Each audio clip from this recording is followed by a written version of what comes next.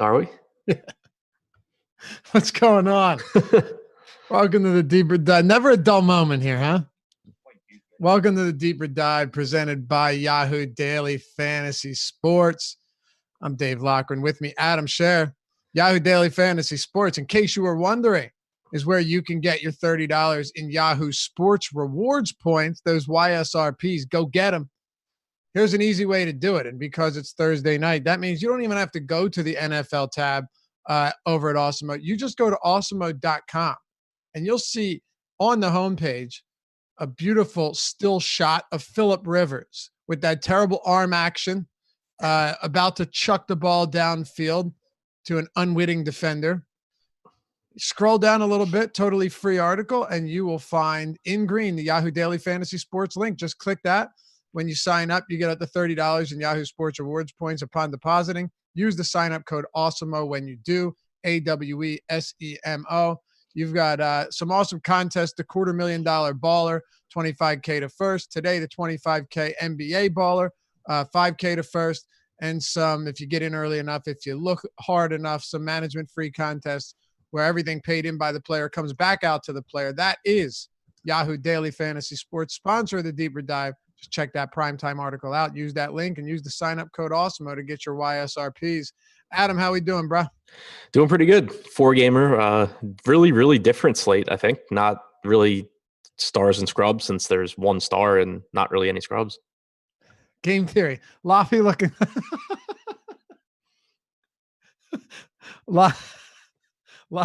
Laffy looking like a backup singer for One Direction. Oh my God, that was good. Simulation. These two guys are my role models. Appreciate it, bro. Well, we're happy to have you guys with us. Dude, that had me dying. Holy shit. I look good, man. We got 4 games. And I'd say a couple plays on each site that are pretty much like cash locks. And for me, tournament locks too. We'll get into all of them. But as I ask you to start off every show, initial thoughts on today's slate. Yeah, just that it's pretty conducive to going balanced since there's not really, outside of Kawhi, there's not anyone super expensive at the top. He's not even that expensive. So it's different in that regard. And I think normally on slates like this, ownership plays a little bit bigger role for me because, and it's not by design, it's just the way that it works out. But normally you're going to get people scraping for value because you have to. And so on slates like this, a lot of times everyone ends up on 1 or 2 value plays that really aren't that good. They're just better than everything else. And so pivoting away from that and taking chances on some other guys that aren't very good either, but are at least lower owned, becomes a really good strategy. Whereas on like the bigger slates where you have clear cut value, it can be pretty suboptimal to be, getting away from them for other cheap guys that aren't very good. Okay. And hey, Ring, we love you, brother. I saw you in chat. Pulling for you, bro. Okay, let's jump right into it. Charlotte and Boston. Let's talk about a game where it has 2 guys returning to face their old teams. Kemba Walker makes his long-awaited, I'm not sure anyone's been waiting for it, but that's how I'm going to phrase it, return to Charlotte to face the Hornets. 215.5 total. Celtics 7-point favorites on the road. 111.3 total for them. 104.3 for the Hornets. Let's start here with the home team, Charlotte Hornets. Devontae Graham coming off a very solid outing off the bench. 42 minutes, 56 fantasy points, and 35 points in that overtime victory against the Indiana Pacers. Outside of him, you had Dwayne Bacon, who was on some radars, entirely disappointed. Actually managed to finish with negative fantasy points, so props to him. Outside of that, I saw Cody Zeller projected for some ownership, and I've been refreshing to see if that's going to hold. I have trouble believing it does, but if it does, it seems like he's come down quite a bit from where he was, but he's still up there, Adam. Let's start with Cody Zeller. Last 2 games, 20 and 17 minutes. Their interior defense is terrible. You think that has something to do with him losing these minutes over the past couple of nights? I'm not really sure. Like, he's been rebounding really, really well this season. And I don't think they're replacing him with anyone that's like a good defender. So It's I don't really know what to make of it. Right now I'm coming in right around the field on him, but it obviously concerns me that he's played 20 and 17 minutes with no foul trouble or anything like that. But I also, it's not like I'm going to project him for 18 minutes every slate going forward. So I have him at 26 minutes right now. He's cheap enough where if he were to get north of that, he would end up being one of the better plays. If he gets less, obviously, it's not a good play. But I think it's one of the more difficult spots on the slate to project because the rotation over the last couple games in the front court just isn't something that I think happens for an extended period of time. But at the same time, I don't want to just keep projecting Cody Zeller for 30 minutes a night. Right, and I'm not going to. What are your thoughts on Charlotte though as a team? As a team, they suck. Um, I mean, like individual guys from this team. Is there anyone you like? We can talk Terry Rozier. Yeah, I think that they're one of my least favorite teams on this slate. Just not a really favorable matchup going against Boston. Guys that are pretty correctly priced. I think that Miles Bridges should play big minutes. PJ Washington should play big minutes, as should Rozier and Graham. But they're all pretty reasonably priced. I'm getting right now we have Graham projected for 10% ownership on DraftKings. I'm overweight on him, underweight on Rozier. Uh, I have Graham at 31 minutes. That's pretty much what we've been seeing, with the exception of last game where he picked up 5 minutes in overtime and he picked up a few extra minutes from Dwayne Bacon foul trouble / Dwayne Bacon just not wanting to be on the floor that day. So I still have him at 31 minutes. I think he's a good play if his ownership stays low, but this is one of those teams where basically I don't like any of the plays enough to be going overweight on them if they're popular. So the guys that I'm getting the most of are the lower owned guys, Graham, who I like, and then still getting some Dwayne Bacon just because he's so cheap and his minutes are anywhere from 36 to 14, depending on how the game goes. Yeah. So anybody prioritized for Charlotte? No, my highest in the DraftKings crunch I did before the show, my highest owned guy on Charlotte was Devontae Graham at 18%. Okay. Yeah, I don't have an issue with Terry Rozier just because he's discounted, but not even discounted. I shouldn't say that. More so just the fact that he's getting a ton of minutes. Like the guy played 38 minutes in regulation, 37 minutes in regulation before that. On a per minute basis, he's just a tick above one, and it's not exactly a great matchup. But I guess you can always do worse than someone that can play upwards of 38 minutes in a regulation game. You're about to be mad. What's up? Cantor's out. Oh man, damn. Tice and Brown are in. Yeah. In case anyone was wondering what he's talking about, I really, really liked Enes Kanter tonight in a really favorable spot. But what are you going to do? He went through shoot around. I thought, 2 days in a row, I think. yeah, I thought he'd be there. I guess not. Anyway, let's talk Boston. No Enes Kanter. You know what? Because of that, let's just start with the front court. Daniel Tice, are Tyson Williams ruled in, by the way? Tice is in. I haven't seen anything on Williams. I think he was probable though. He was, but I just want, okay, he is available to play. Okay, same with Daniel Tice. Damn you, Enes Kanter. And of course, Jaylen Brown is also active with that illness. Talk to me about the front court. Something I wrote in today's deep dive. You can check it out at awesomemode.com. Adam and I switch off with this article each day. Is the Charlotte Hornets have been so bad at defending the paint this year. I mean, they're allowing 58 points in the paint per game, the sixth most putback points. They've really been crushed by bigs in a number of categories. Centers are shooting almost 60% against them this year. And Kanter, for his career, the guy's like a 1.2 or over the last 4 years, a 1.2 fantasy point per minute guy, towards the top of the league in points in the paint per 36 every single season. So I did really like him. Clearly, you're not getting that same offensive skill set with Daniel Tice, and now his price has come up. So it's not even like a 1v1 where I can just drop him into my Kanter lineups. Yeah, I think Tice is a really good play on FanDuel where he's a $4,900 power forward. Yeah. But as a $5,600 power forward / center on DraftKings, I think that leaves a lot to be desired. Like I have him at 30 minutes and still, as a pretty mediocre play. Okay. What about the rest of the front court? And then we can talk Kemba Walker and such. I think that in large field tournaments, Robert Williams is one of these value guys that's worth taking a shot on now that we know Cantor is out. He's really good on a per minute basis. I only have him projected for 16 minutes, but if anything goes wrong with Daniel Tice, like he gets in foul trouble or Williams just plays well or whatever, it's a relatively easy path to him getting more minutes just because he really only has to pass one guy in the rotation.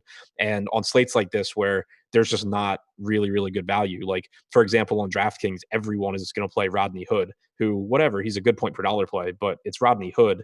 It's not like it's really that difficult to beat his average game. And Williams at least does produce on a per minute level.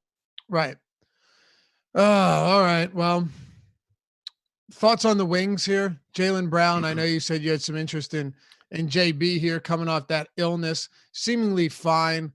Jason Tatum got off to a great start the other day and then completely fizzled out. But a lot of that had to do with Gordon Hayward going nuclear, 17 for 20 shooting, shot 85% in that game, 39, 7, and 8 with 59 fantasy points.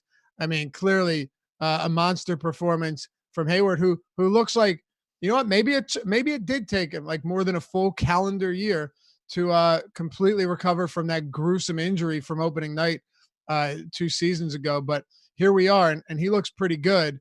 The whole wing situation is it's a little bit messy now that Gordon Hayward looks like he can actually shoulder a pretty big offensive load. Yeah, it's pretty messy, and you've seen price tags on those guys come up because they've been playing huge minutes without Jaylen Brown. I Yep. still think you get big minutes, 34 to 36 from Tatum and Hayward, but I would think that they're likely to be towards the lower end of that, whereas before you were seeing some 37, 38-minute games. Jaylen Brown I have in for 32 minutes. They had said if he plays, he's not restricted. I still didn't want to go and give him, 34, 36, but at 32 minutes, he is actually my favorite play from the Celtics because whereas you have Kemba and Tatum and Hayward at pretty fair price points. I think that 5,700 on DraftKings for Jaylen Brown with guard and forward eligibility. He's only played 3 games this season. His minutes were down in 2 of them because of foul trouble. In the other game, I believe he played 38 minutes. So it's not like there aren't minutes there for him if he's not fouling. And like I said, even at 32 minutes, he projects as the best play for me from Boston. Okay. GQ says Laffy has the Doncic. They're saying the Doncic haircut, bro. Don't get it twisted. Doncic has the Laffy. Okay. I've been had this haircut for years now. I just wear a hat 362 days out of the year. You know what the other 2 days opposed to today are that I don't? Haircut day. Well, yeah. Well, so I guess it'd be like, so I get a cut every month. So that's 12, 350. And then I'd say Thanksgiving, any funerals. That's iffy. Depends how close you were. Yeah, my wedding, I wore a hat. But Did you really? no. Oh my God, could you imagine? I don't think she'd have married me. I was gonna say I'm surprised that you're still around. Yeah. Oh yeah. Trust me. It doesn't take me wearing a hat for her to not be pleased with me. But anyway, what are your thoughts on the backcourt? Kemba Walker will finally get here, facing his former team. His assist rate this year is super low, but you and I discussed it. Like only 39% of his potential assists have been converted. But as a point guard, having 9 potential assists per game still isn't great. Here he is though, and he's rocking a 31% usage rate. So there's still that. I mean, there are some definitely positive qualities when it comes to Kemba Walker's game. And he's been remarkably consistent ever since that first game against the Sixers where he was terrible, between 40 and 51 fantasy points in each of his last 5. But he's more expensive than Dame Lillard on DraftKings. We'll get into the conversation of Pat Beverly and such, but he's still more expensive than Lillard. He's 800 less than Lillard on FanDuel, though. And on Yahoo, he's also significantly less. He's $4 less than him on Yahoo. Yeah, I think I'll probably get the more of him on FanDuel just because of the pricing. On DraftKings, it's tough because, on one hand, Lillard is going to be higher owned, and so it's tempting to make that pivot. But at least as of right now, it's not like we have it being a huge gap. We have Lillard at 28, we have Kemba at 15, and I have Lillard projected ahead of Kemba, not to mention he's cheaper. So I'm actually underweight on both right now, but I still have more Lillard than Kemba. But on FanDuel, where he's cheaper, I think that getting to Kemba is more appealing. Not a fast paced Charlotte team. But the other issue, and I think the reason that I'm kind of getting underweight on that price range in general, is that I think Kawhi is absolutely a priority on this slate. And with the lack of value and the pretty solid mid range options, I think that in a lot of lineups, especially because Kemba's not super low owned, I'm kind of sacrificing my upside by getting Kawhi plus Kemba and then having to not have some of these really high upside mid range guys and have to go to some really bad value plays. You say Kemba's a must? I said Kawhi is a must. Okay, yeah, I was gonna say Kawhi is absolutely a must, no question. Kemba, on the other hand, where would you prioritize him among the likes of? Well, let's see. You've got Leonard, Kemba, Lillard, Devin Booker. I'll throw him into the mix just because he's above 8K on DraftKings. Those are the only four guys above 8K. The only three above 9K are Lillard, Walker, and Kawhi. And we already know that there's no way you're not playing Kawhi. I don't care what format it is. So if I were entering my 150 max DraftKings lineups right now, it would be 99% Kawhi, 15% Lillard, 3% Booker, and 1% Kemba. So that's how I'm prioritizing them, I guess. Okay. Pretty Yeah. much just jamming in Kawhi and then being underweight on that entire salary range. I mean, that's literally the most accurate answer you could give in terms of gauging your how much you like these guys. So it makes sense to me. Do you want to hit on anything else from this game? I don't think so. And just to reiterate, it's not even that it's not that I don't like Kemba. It's that I love Kawhi, and I think it's really hard to make good lineups that have multiple guys from the top of the pricing tier. Yeah, somebody mentioned in chat. See if I can find it. They said I can't find it, but I'm gonna paraphrase them because I have such a good memory. Basically, like there's too much good value on this slate. I, I don't think there Was is. that from like the slate on Monday and it just got posted or something? Yeah, I said too many good cheap players to play Kawhi for cash tonight. Wait, what? Now I'm really confused. I don't know what that means, but Uh, if play you're not Kawhi playing in Kawhi in cash. cash, feel free to send me invitations for any dollar amount.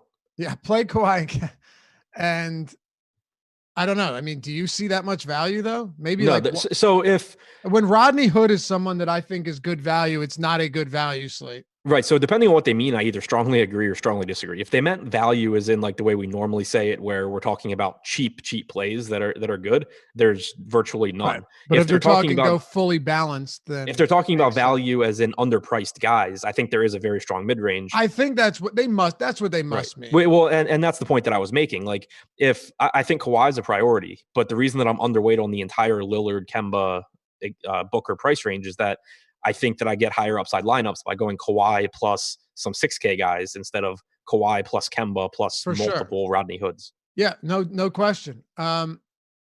And that's I mean, I've ended up with a lot of Jimmy Butler too on Right. DraftKings because I think Jimmy Butler is significantly underpriced. We'll Yeah. get to him in a minute. That's another really good point and the reason why I'm not getting to that upper tier. Like Jimmy Butler is over $1,000 less expensive than them.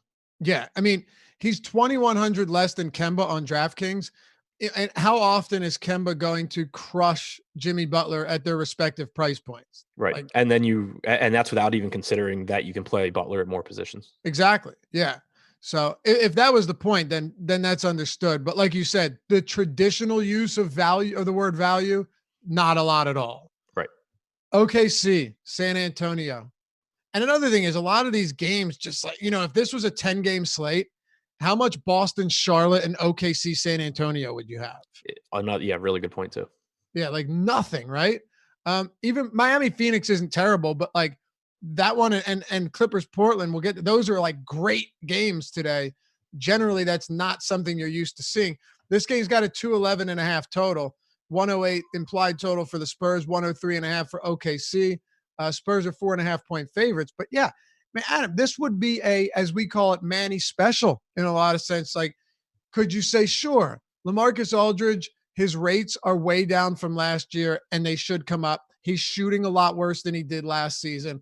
He's still averaging 15 rebound chances per game. The rebound rate should come up to where it was last year. It's 5% lower.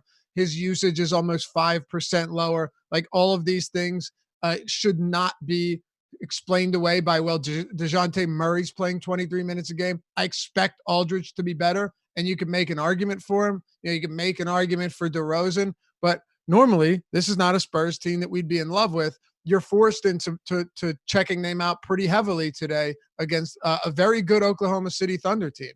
Sorry, defense. Yeah, this is another team that the Spurs in particular, I'm really not getting to even on this slate, because I think that the pricing on DeRozan and Aldridge is fair. I don't think that they're really underpriced, but just based on their talent and their minutes, they're not overpriced either. The thing is, though, that you have Aldridge coming in at 25% ownership on DraftKings. You have DeRozan coming in at 20%. And I just don't think that they are better plays than a lot of other guys on this slate. So it doesn't feel great, but I'm willing to just be underweight on them, and it lets me get more exposure to some of the lower owned guys, or more exposure to like Jimmy Butler. Like even though Jimmy Butler is more expensive or higher owned, higher projected ownership than Aldridge, I think that 35% Butler is way, way, way too low. Whereas I don't think 25% Aldridge is way too low. So I would Right. rather just be getting even more Butler. No question. I don't even think there's a debate there. But what are you? Okay, so let's do this then. How much interest do you have in these individual Spurs players? Hey, I need to scroll down. Right now, and this is DraftKings. So I haven't crunched FanDuel yet, but I had 3% DeRozan, 5% Aldridge, 5% White, 10% Mills because he's cheap and you can use him as a pivot to Hood. Mm-hmm. 19% Forbes, same thing. I hate Forbes, but people aren't going to play him and they will play Hood, so whatever. All right. And so the only Spur that I'm actually getting a lot of and prioritizing is Rudy Gay on DraftKings at 5K. I have him in for 25 minutes. He probably will play 26 or 27, but he's just really cheap, and you know that he contributes in multiple areas across the board. So he's actually the one Spur that I'm getting a lot of. Yeah. What are you projecting his minutes at today? 25. I Okay. think that like I would actually go 26 if I had to give like if I had to try and get it like spot on. But if I go 26, I just get like insane amounts of Gay. So I already have 35% right now at 25 minutes. That was enough. Okay.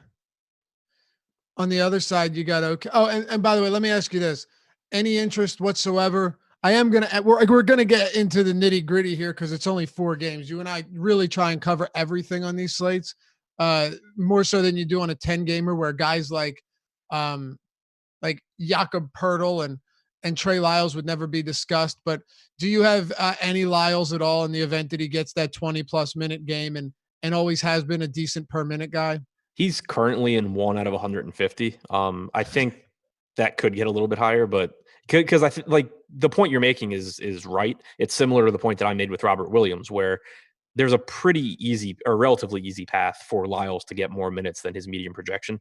So you're not. It's not like a you know and for any Simon situation where it's like, oh yeah, he could play 25 minutes if Damian Lillard like leaves the game. Lyles could pick up 4 extra minutes for a variety of reasons. So I do think he's a guy you could do that with. I'm not doing it right now. Okay. OKC, your boy Shai Gilgeous-Alexander, uh, so closely priced to Butler that it makes it a little bit difficult on DraftKings. Now I'll try and get a little site specific here. $1,100 cheaper on FanDuel.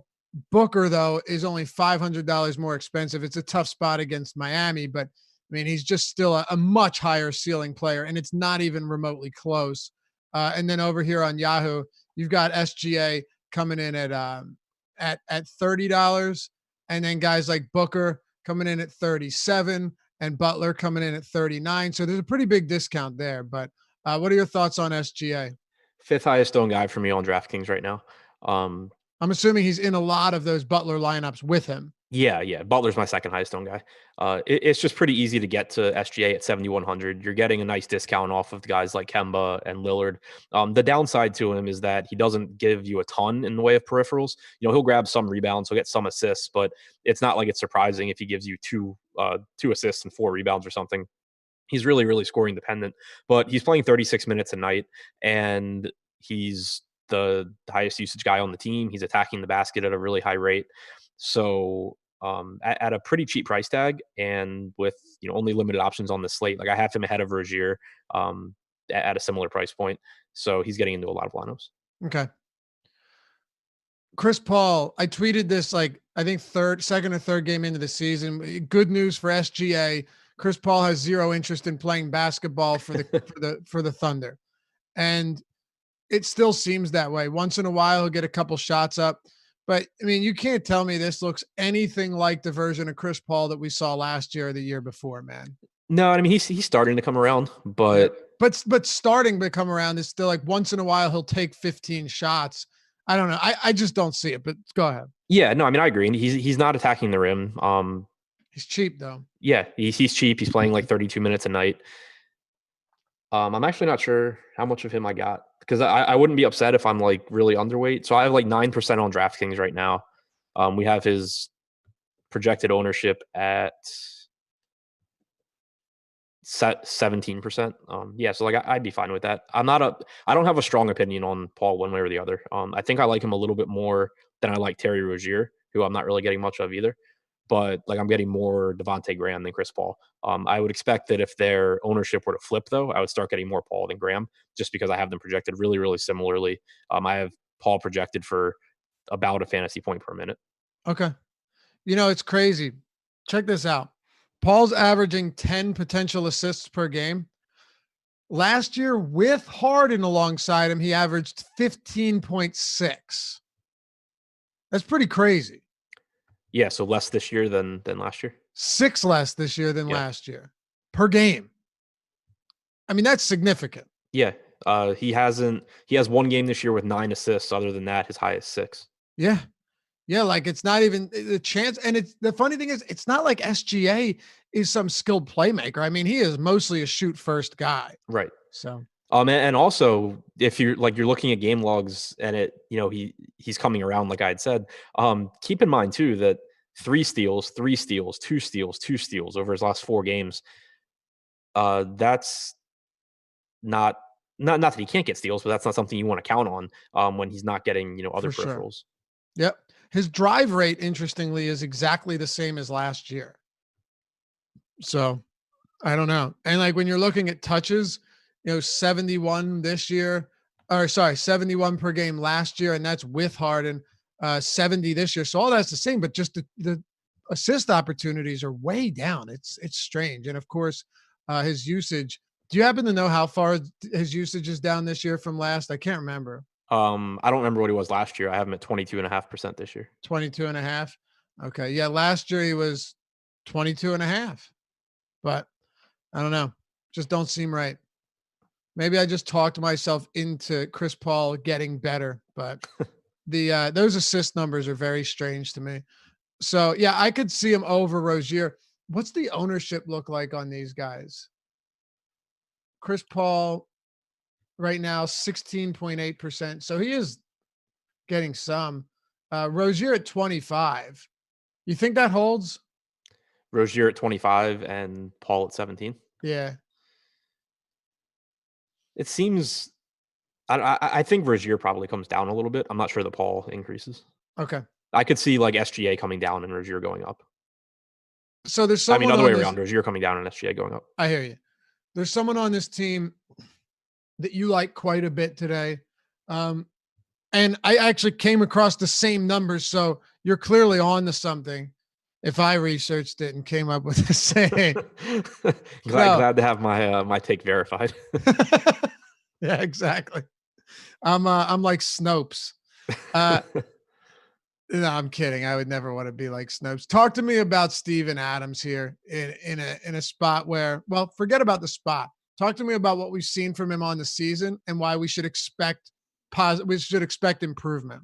Yeah, there's a few things that I think are really, really favorable for him this season. For one, we haven't seen him play 30 minutes in a game yet, but with the exception really of the last game, which was his first back from injury where he played 26, it hasn't really been by design. Like you go back, he played 27 minutes against Houston. He left with an injury. He played 25 minutes against Golden State. He didn't step on the floor in the fourth quarter of a 30-point game. Played 29 minutes against Washington. I think he might have left that game a little bit early too because of a blowout. 28 minutes against Utah. He had 4 fouls. So if you kind of map out his minutes, it seems like he's been intended to play like 32, 33 instead of 26, 27. But on top of that, so the price tag's falling, the ownership is down because sites and people are going to give him 26, 27 minute projections.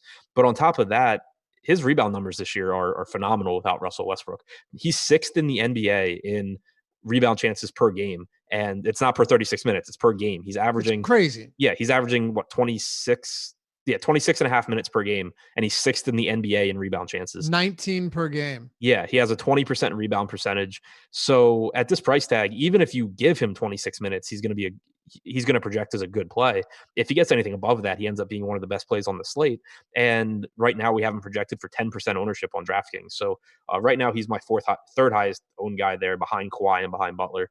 I think he's fine in cash games, but he's also, when you factor in salary and ownership, my favorite tournament play on the slate. Okay, I'm with you. Cantor was mine, but that's down the I toilet. guess technically Kawhi's mine, but you know what I mean. Well, let's say lesser owned tournament play. He's in the NBA syllabus. He's my favorite contrarian play that I wrote about. Exactly. No, right. And that makes sense. By the way, his usage is identical to last season. He's not a high usage guy, but it's not like it's come down at all. Right. Block rate's the same. Pretty much everything's the same. His steal rate's down, but man, that when you're talking about centers, that's something that you'll see fluctuate for sure. I agree with you. Steven Adams just way too cheap. And I'll tell you that, especially if Cody Zeller, if that ownership holds and Zeller is higher owned than Adams, and that's crazy. Yeah, that's crazy to me, because it's not even that I think Zeller's bad if he gets the minutes, but you're running even bigger minutes risk with Zeller. Like, his minutes upside is probably the same as Adams. His minutes floor is lower, barring foul trouble and stuff. And Adams is a little bit cheaper and a better rebounder. So I don't really know why. Even if you like Zeller and want to take a chance on the upside, I still don't know how you get him ahead of Adams. It seems strange. So I'm going to ask you a question. So, well, actually, anybody else for OKC? Not really. It's pretty much SGA and Adams for me. I think that it's worth pointing out because there's been so much talk about him for, I don't really know the reason, but Amadou Diallo is $4,000 on DraftKings. He's played somewhat big minutes recently because Terrence Ferguson was, I believe, ejected after 6 minutes 2 games ago. So Diallo played 29 minutes. He played 22 minutes last game because Ferguson picked up his fifth foul and came out like early in the fourth quarter. Even if he gets 18 to 20 minutes, I haven't projected for 20 minutes. He's still not a great fantasy producer. He has produced well lately, but if you look, I mean, 3 games ago he doubled in 20 minutes. That's not something that you're expecting to happen again pretty much ever.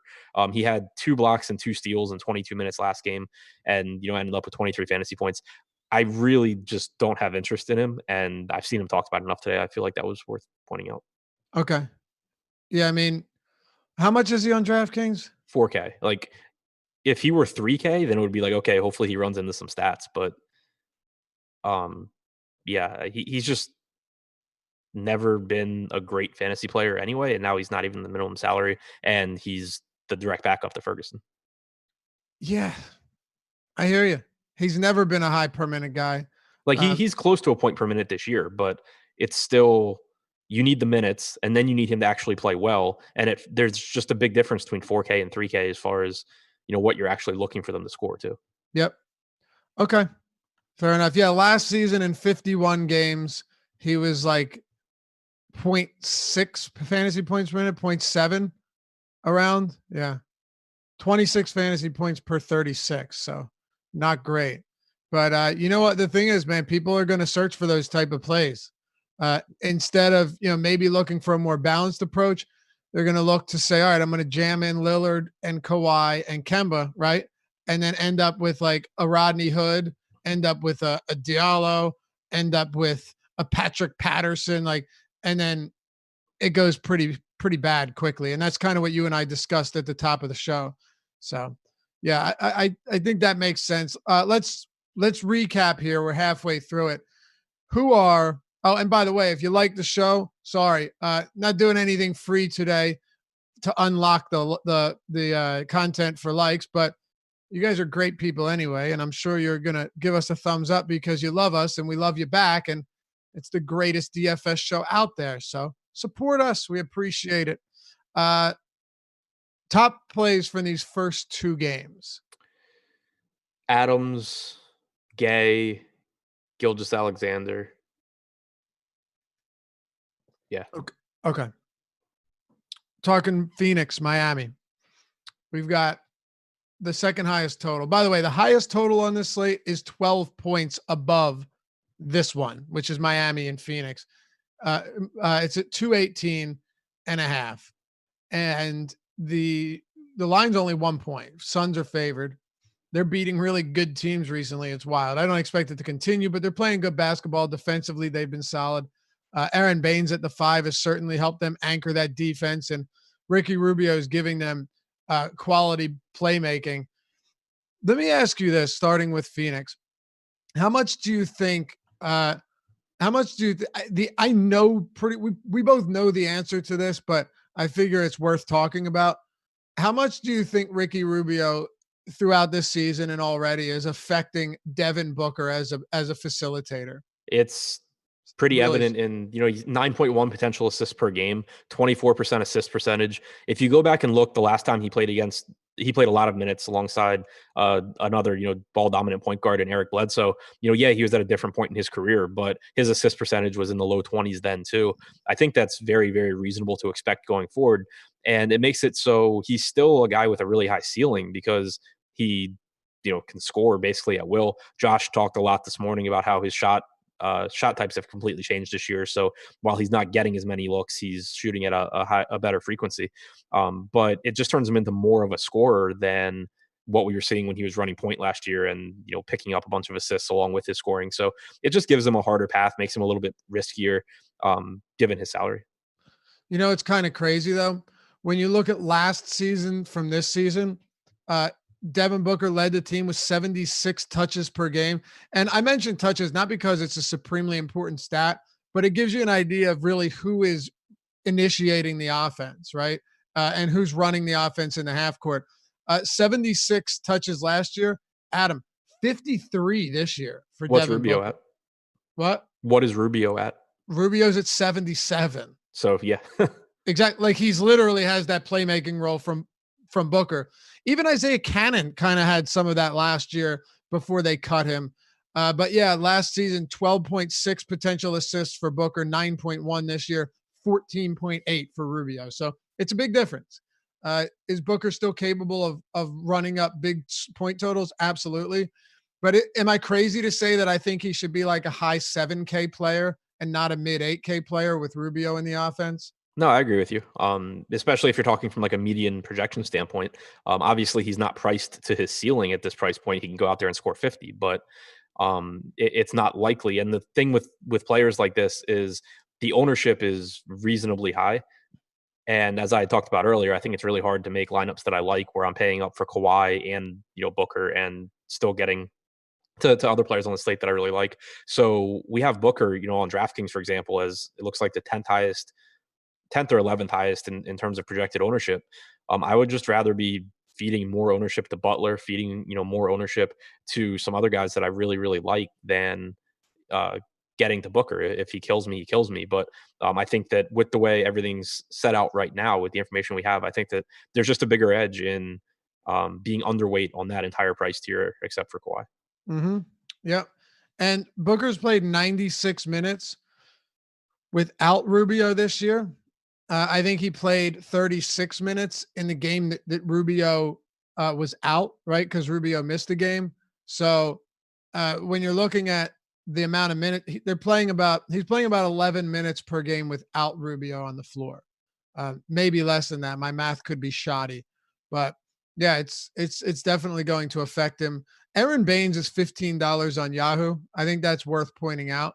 At his price everywhere else, it's a bit prohibitive, but 15 on Yahoo is pretty nice, especially with Cantor not playing. I do like that. Of course, Adams I think is 19, which is also solid. What about this Phoenix team? Aaron Baines. We can talk, of course, just Yahoo, Kelly Oubre, and the like. Yeah, I think the salary for Baines on Yahoo is really, really appealing.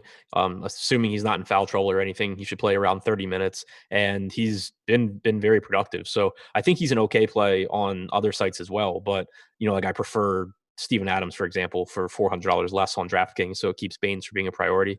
Rubio is my highest owned guy on DraftKings right now from the Suns. He's in around the quarter of my lineups. He's just at that price point that I think is really easy to get to today. He gives you upside at $6,700. He should play around 34 minutes. Miami's played really fast this year, and Rubio, he's not a high usage guy, but he does. He scores enough. He gets enough rebounds, and then obviously he leads the team with a little over 14 potential assists per game. So I like him. And then Kelly Oubre, really boom or bust, but certainly someone that at a 6K price tag with Ford eligibility has some upside. So on DraftKings, I would rank it Rubio, Oubre, Baines, and then it kind of falls off. What about Booker? He's my lowest owned. Oh, you said I you had have 1%, right? Yeah, or three. So 3%. yeah, I have more Rubio, Oubre, Baines, Saric, Kaminsky than How Booker. much Baines on DraftKings? 13. Yeah. Okay. I get it. I think if are you not playing Yahoo today? No. Probably have a whole lot of him there though. Yeah, If you do, he's a great value over there. really good value.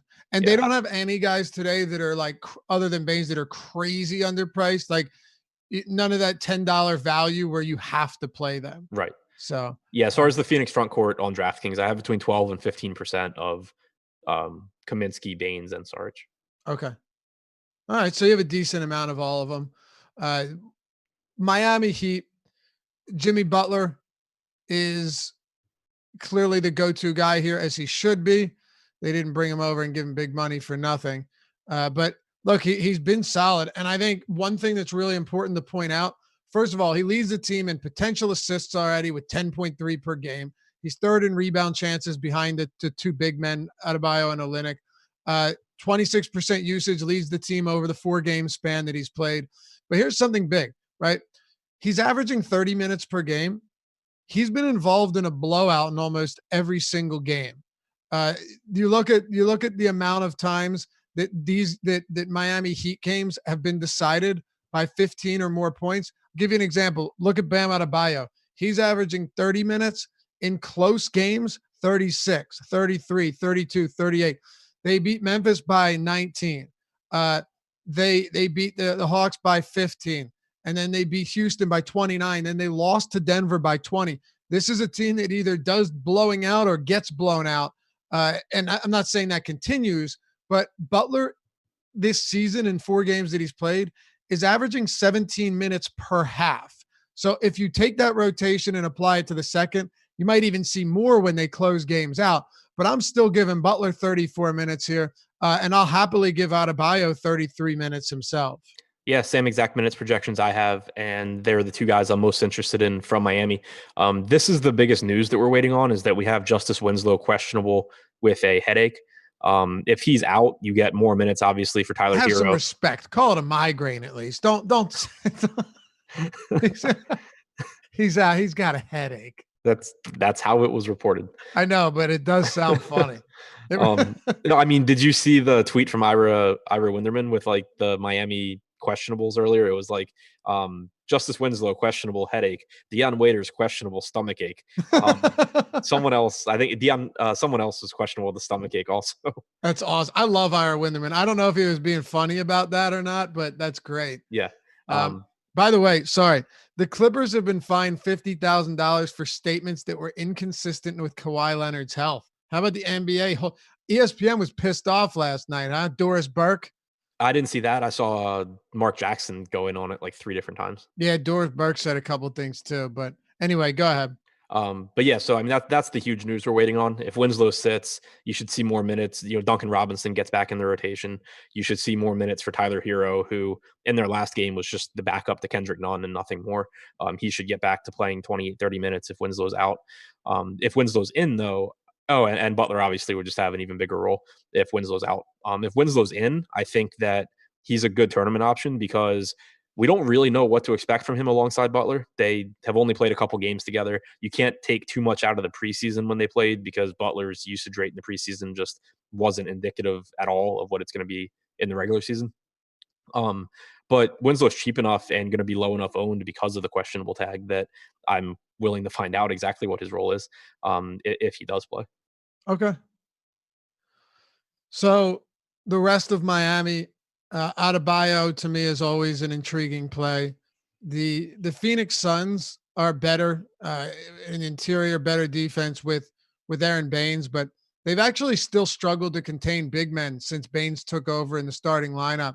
Opposing centers putting up very solid numbers around the basket. They're scoring. So Adebayo just seems to be one of these jack of all trade guys that I really like to roster, especially in what should be a close game.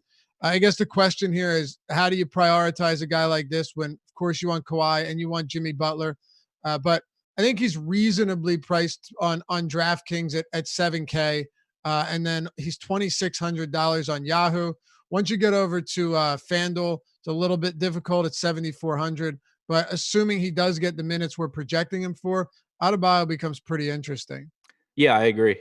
We have him projected for 25% ownership on DraftKings. That's around where I'm coming into.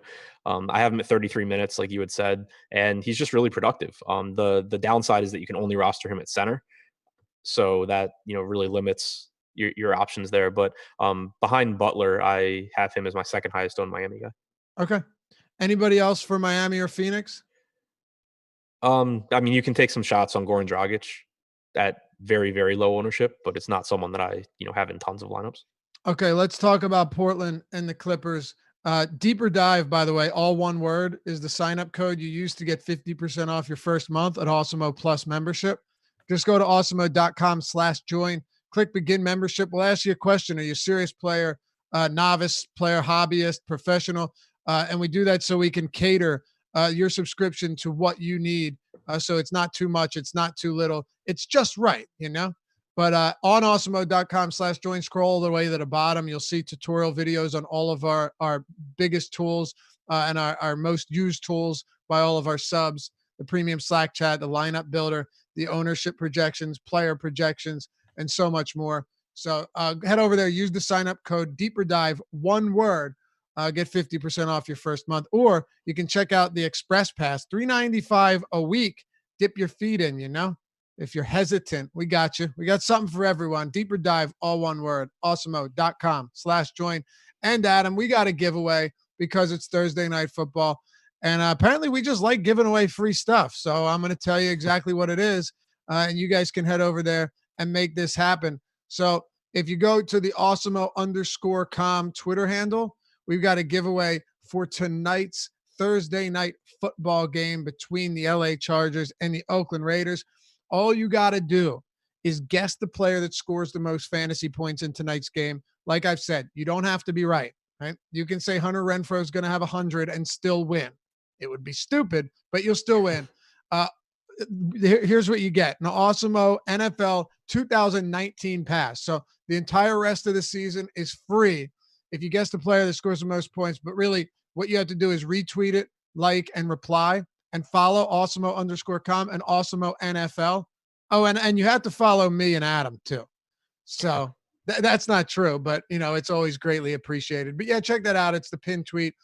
Win a 2019 NFL Awesemo Plus pass entirely free, and just guess that name and follow the directions on the pin tweet. Good luck to everybody. Portland Clippers. I mentioned it a second ago. Highest implied total on the slate, 231. I mean, it's 13 points, it's 12 and a half points higher than the next closest, Adam. So a lot of ownership is going to come from this game. Clippers have the highest implied total on the night at 118.3. Portland 5.5 point dogs, but they have the second highest implied total at 112.8. There's a whole lot to talk about, and because of that, I'd say when it comes to Kawhi Leonard, we could obviously go on for days about him.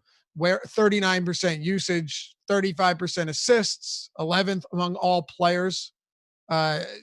Career highs in usage, career high in assists, rebound rate, and steal rate, 1.77 fantasy points per minute. But one thing I want to throw out, and then I just run with it, and you can hit on this whole team. I mentioned to you today a stat that I came across that I found really interesting and important. So Leonard's never been a huge pick and roll guy, but this season he ranks 5th in the league in pick and roll possessions as a ball handler and 6th in scoring.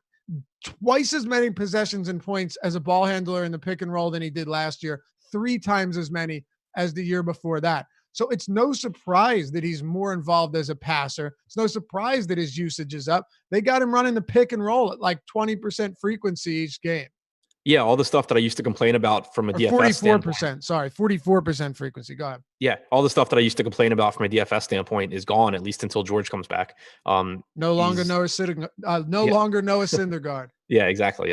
Contributes, a ton of peripherals now in addition to his scoring. The usage is absurd. And he plays a lot of minutes without, I mean, just think about who he's playing with. Like, obviously, you have Harrell and Williams, who are high usage guys, but they're both coming off the bench. He's playing a large percentage of his minutes alongside Zubats, Patterson slash Jermichael Green, Pat Mm-hmm. Beverly, Landry Shamit. I mean, there's no one out there that you expect to take shots away from Kawhi. His salary is nowhere close to the point where you have to start thinking about, oh, well, what if his usage comes down to, 32%? It really just doesn't matter at this price point. It's not even close. And then also in the last couple of games that he's played that were competitive, he's actually played 34 minutes. I only have him at 32, and that's way, way more than enough for me to get him into almost every lineup. But there's even the upside for a little bit more playing time there. So I have no reasons not to have Kawhi as my highest owned guy tonight. Yeah, it might be like the most must play of the year, other than Harden the other day without Westbrook. Yeah, I was going to say the Harden one, but Yeah, no, I got you. Uh, the rest of the Clippers, Lou Williams had a monster game. Montrezl Harrell, and these guys, a lot of times, big games coincide because they're very involved with each other in that pick and roll off the bench. But they both started yesterday. Harrell had a monster game, shot 25 times. I don't have time to run over these stats, maybe next time, but some really impressive stuff happening this season with Montrezl Harrell. I'd love to know where you stand on him and Williams with Kawhi Leonard back in action. still like both of them a lot. You see the usage come down, but they're still pretty cheap. Lou Williams has a 29.9% usage rate this season. Uh, Obviously, most of those games were with Kawhi. Harrell's at 24%. So I still think both of them are just really strong, high upside options. Not as good as they were last night, and I think that the ownership will be up because of the slate size and because of what happened last night. But the salary didn't move. They're still gonna. I have Harrell at 30 minutes. I have Williams at 32. So I still think that they're two really good plays. Okay. You think Harrell moves back to the bench? Yeah, I think the only reason he started was to keep him with Lou Williams. I would think the same thing. Yeah. And with Kawhi Leonard back, I'm not too worried. I mean, his minutes should be down a little bit, but I don't know how significant that'll be. Pat Beverly, Landry Shamet, anybody else in this offense you want to talk, or on this team you want to talk about? Yeah, I like Pat Beverly as a value option. He's just really not expensive, and he has a clear defensive role here between Lillard and McCollum. So he has the opportunity to get some defensive stats just because he's defending ball dominant guys. I think that around 32 minutes is a solid projection for him, and he's not really expensive, so I like him as a value. Okay. Uh, Damian Lillard, give me your quick take on him, and then we'll jump into these other guys. I like him, but again, it's just like I have more of him than Kemba. I have more of him than Booker, but it's just really hard to make lineups that I really like that have Kawhi plus Lillard. So still not as high on him as the field, I guess. I'm just going to a lot of the cheaper guards that I think give you 40 to 50 point upside. But I think that Lillard is a really good play if you can figure out a way to get him in. Okay. CJ McCollum. Things don't look great. We know they don't stagger him as much with Lillard. Terry Stotts doesn't this season. It the everything you're getting from him outside of that usage rate, 27%, which is solid, really good. But the peripherals are brutal. 15% assists, 4% rebound rate. He's getting 0.9% steal rate. Like these are pretty ugly. Only 6 potential assists per game. It's second on the team, but still not great. The thing though is he is cheap, Adam. You're getting him at 61 on DraftKings, 64 on FanDuel. On Yahoo, you're also getting CJ McCollum very cheap at 27. He's pretty close to Williams, but I guess that's everywhere. Really, it's like the game has the highest total by a mile, and you should see a whole lot of scoring in this one. It's hard to be too worried about defensive assignments when someone's this cheap. Do you see yourself getting the McCollum? Yeah, I actually have more of him than Lillard right now just So because do of I. just because of the salary. It's obviously Lillard's projected higher and Lillard's the one that's more Of likely to course. give you that 60-point game, but when you factor in the salary and what else you can get in your lineups, it's not it's obviously really easy to talk about things as like one versus one comparisons. Like, do you like Lillard at 9,100 more than McCollum at 6,100? Right. But when you consider what else gets into your lineup, and as far as the ceiling goes, McCollum still has a monster ceiling, even though he hits it less frequently. I just think that hoping that this is one of the McCollum games instead of the Lillard game gives you higher upside lineups. So Jalen Brown at 57 or McCollum at 61. McCollum. Okay. It's close, but McCollum. What if Jalen Brown wasn't coming off an infection? If I could like confidently give him 36 minutes, I think I'd have more Jalen. Yeah, that's the big issue. Um, there aren't really any comparable guys. Like I'll throw this in, just say it's utility. McCollum or Oubre or Gallinari. McCollum, Oubre, or Gallinari. Yeah. McCollum, then Oubre, then Galla. Yeah. Okay. We're on the same page then. What are your thoughts here on Hassan Whiteside? We know that he's a very talented per minute guy and he can just go out there and run up the fantasy points. His blocks haven't been as impressive this year, but he's still rebounding at an incredible clip. 12 rebounds per game in 25 minutes. He can still get going as a scorer.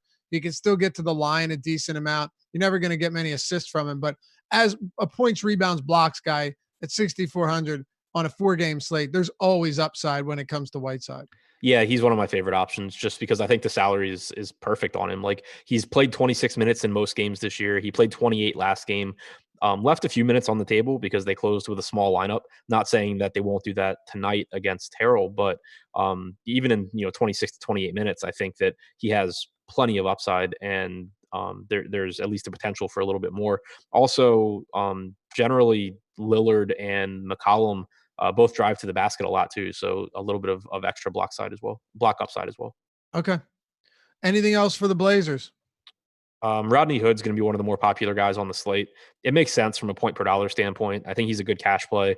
I think he's a perfectly fine tournament play if you're contrarians elsewhere in your lineup. But I think he is one of the weakest pieces of chalk on the slate. So that's a spot where I'm rotating through to some other cheap guys that I think suck similarly to Hood. And who would they be? Bryn Forbes, um, Dwayne Bacon, uh, Kaminsky, Saric, Mills. So a bunch of shit. Yeah, Bazemore. All right. Yeah, it's Yeah, not like Rodney Hood is head and shoulders above all of them. right. It's a bunch of guys that suck. Like, if you tell me that I have a really good lineup, but any of that list of guys killed it, I'm not going to be surprised. But it's not like I'm going to be surprised if Rodney Hood kills lineups too, and he's just going to be the highest owned out of that group by a mile. How do you feel about Anthony Simons? If I'm just Lillard, kidding with you. yeah, if Lillard, like, I don't know, I'm gets joking. hurt. I'm joking. Someone mentioned the BCA in chat. I actually have some of him. Yeah. Just because he's really cheap, and it's the same thing we talked about with Robert Williams. He's a good per minute producer. Mm-hmm. He's not likely to play big minutes because of Whiteside, but you get foul trouble or something on Whiteside, he's the direct beneficiary. So it doesn't take a lot for him to become a good value play. Nope. I think he's perfectly viable on a slate like this. Anyway, that'll do it for us. Thanks as always for tuning in. Wish you guys the best of luck today. Deeper Dive will be back tomorrow. Hit us with that thumbs up before you head out. It's greatly appreciated. And good karma comes from it. You might even win something big tonight. Anyway, we'll see you back here tomorrow on the Deeper Dive presented by Yahoo Daily Fantasy Sports. Good luck tonight, everyone.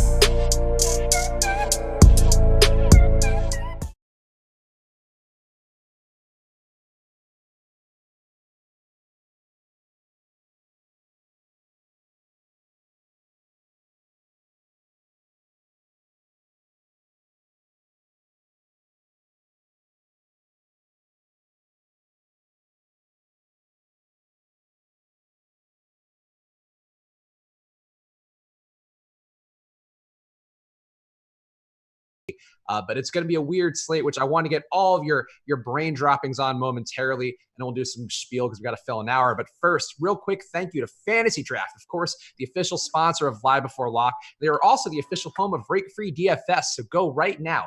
FantasyDraft.com. If you use the promo code AWESEMO, AWESEMO, you'll get your first 7 days free there in rake-free entries, so no entry fees at all for you. All the contest fees there go right to the winners, which is what you want out of your DFS sites.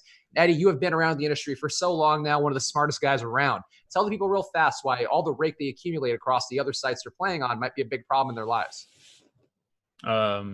Well, you want the site to take as little as money as possible for itself and give as much possible back to the players.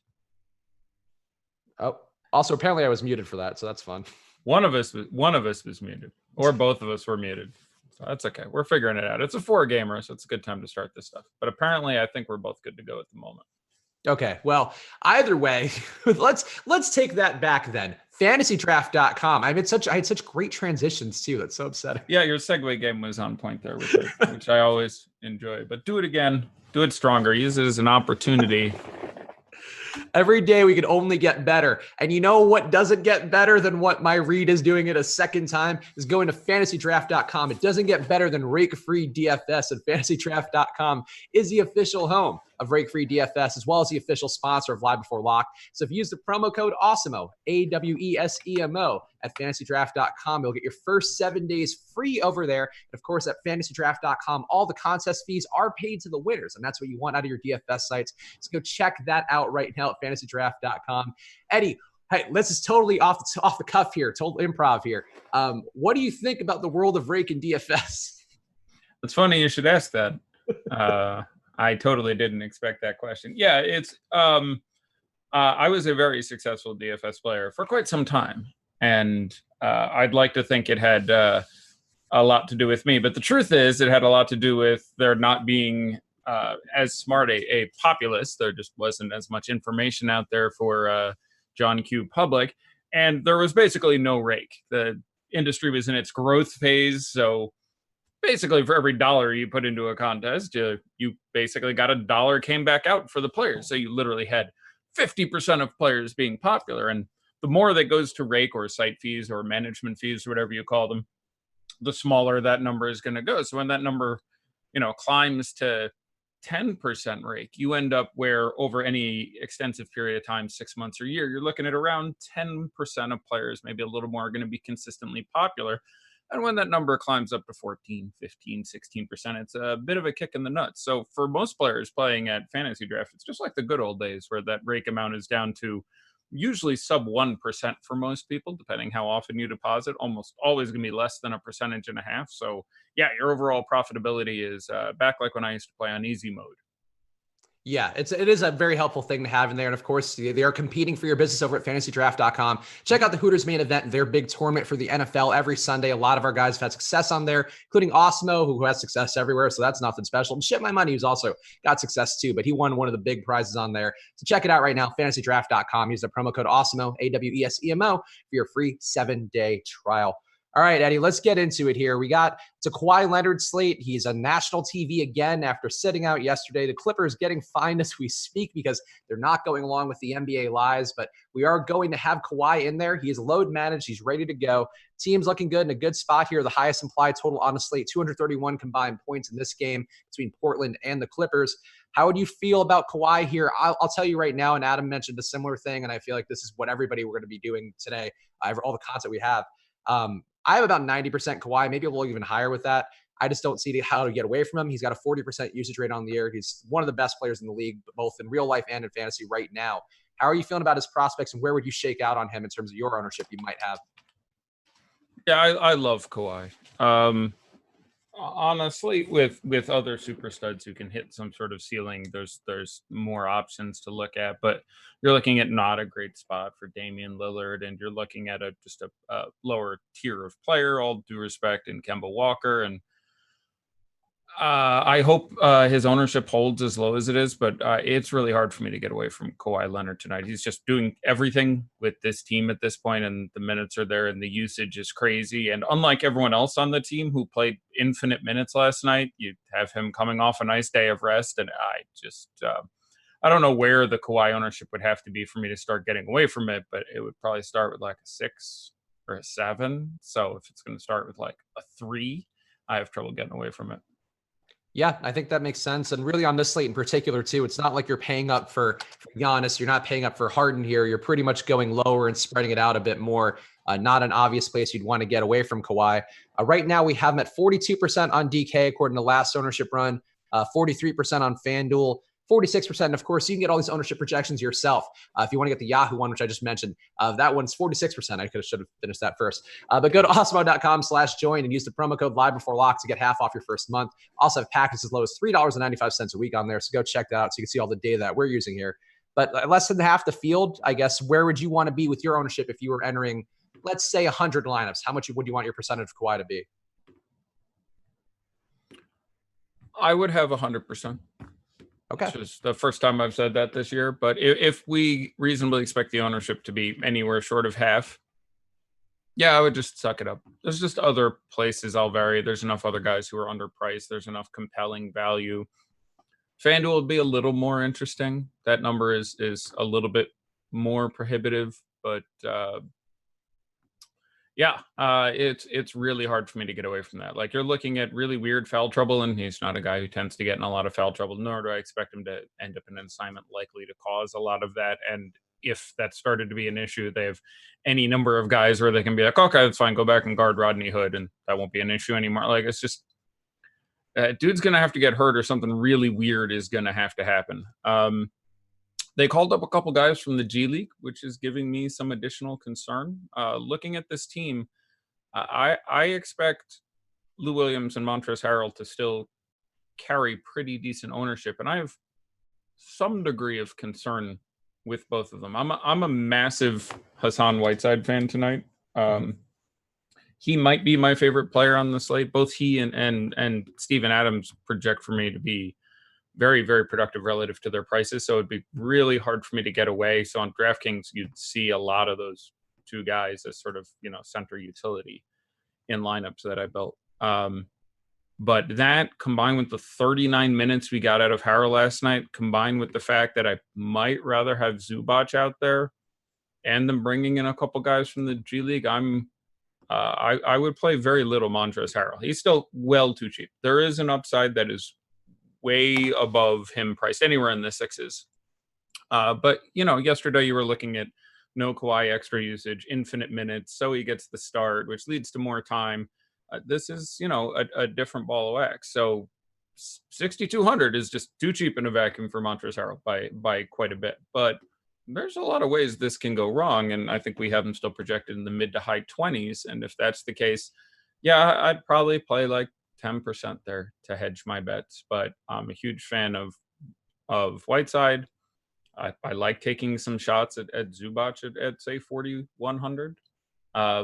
We have seen, I believe, exactly once this year, but you can catch the ceiling game out of him, especially if he picks up tons of extra time.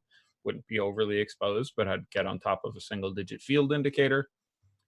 Lou, I think, is a little bit safer, although I will again mention they brought up a couple guys from the G League, and Kawhi is there, which is always, bringing you down a little bit. Slightly easier cover for them than, say, Kawhi, and Kawhi is going to take a pile of usage, and Lou is recently 33 years old. Now, they gave him off a practice on Tuesday, I believe. They went, we got it back to you. They were in the middle of a 3 and 4. Let's, why don't you sit this one out? That's okay, cool.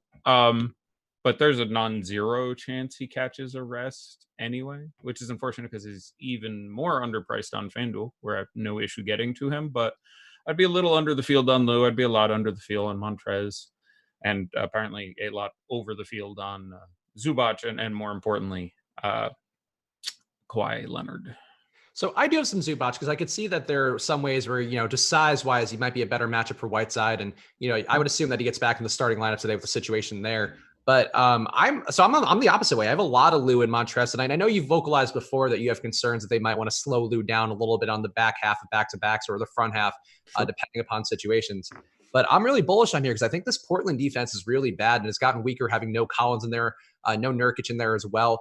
They have a 108 defensive efficiency rating on the year, and it's also playing at a faster pace than the Clippers. And that's also giving up just a 45% field goal rate from the floor. So theoretically, I think it could be worse. So I've loaded up on Clippers today. I mean, at least those 3 guys I have a lot of.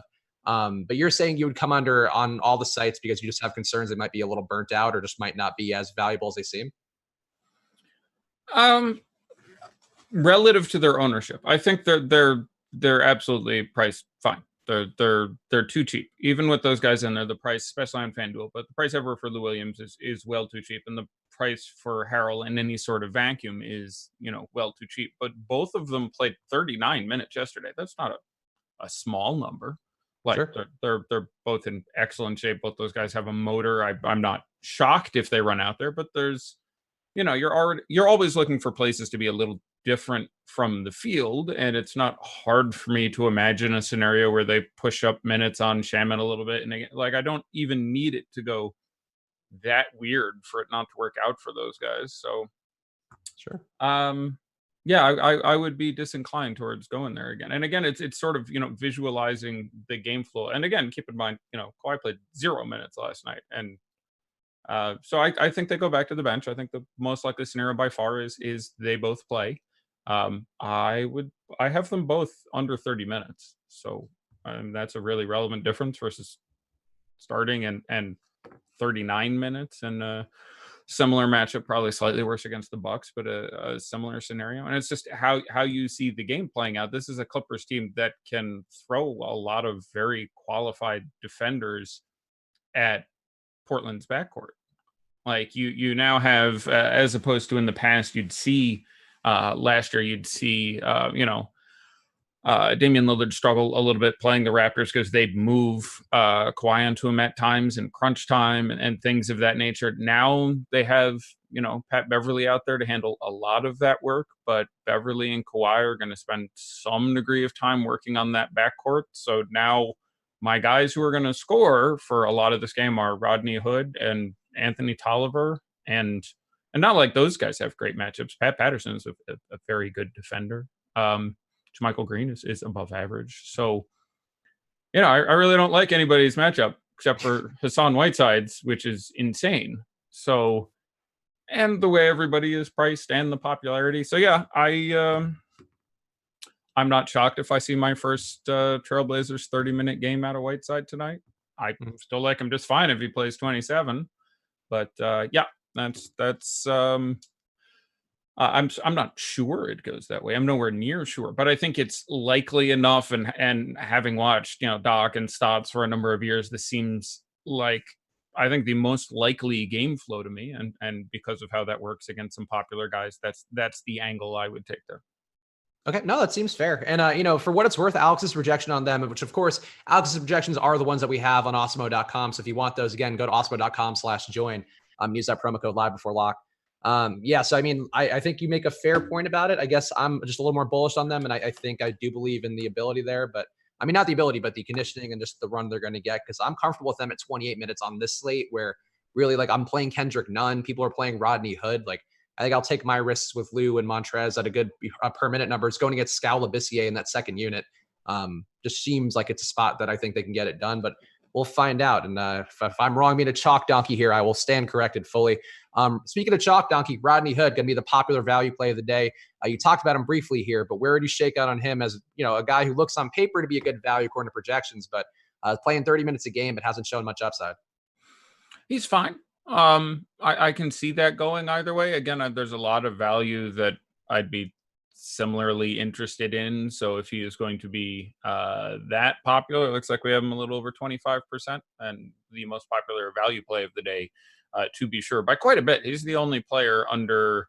We have Pat Beverly at 4,900 at the like 20% owned and like 13th most owned guy. But Rodney Hood is the only player under Patrick Beverly's price until you get to like 24th in our ownership rankings, which is really interesting how that affects the complete and total lack of faith in value that we're projecting and how that affects the ownership on some of these guys, where there are some wonderful mid-price plays from Hassan Whiteside to a grossly underpriced Jimmy Butler to Lou Williams and Montrezl Harrell, who certainly carry an elite upside, to Aldridge, who will carry a lot of ownership at a nice price of 6,900, and Rubio. There's just a lot of guys in that range. So it's interesting how the ownership, I think, is a little more tilted away than, first of all, Kawhi than it should be. Again, we still have Kawhi under 40%, which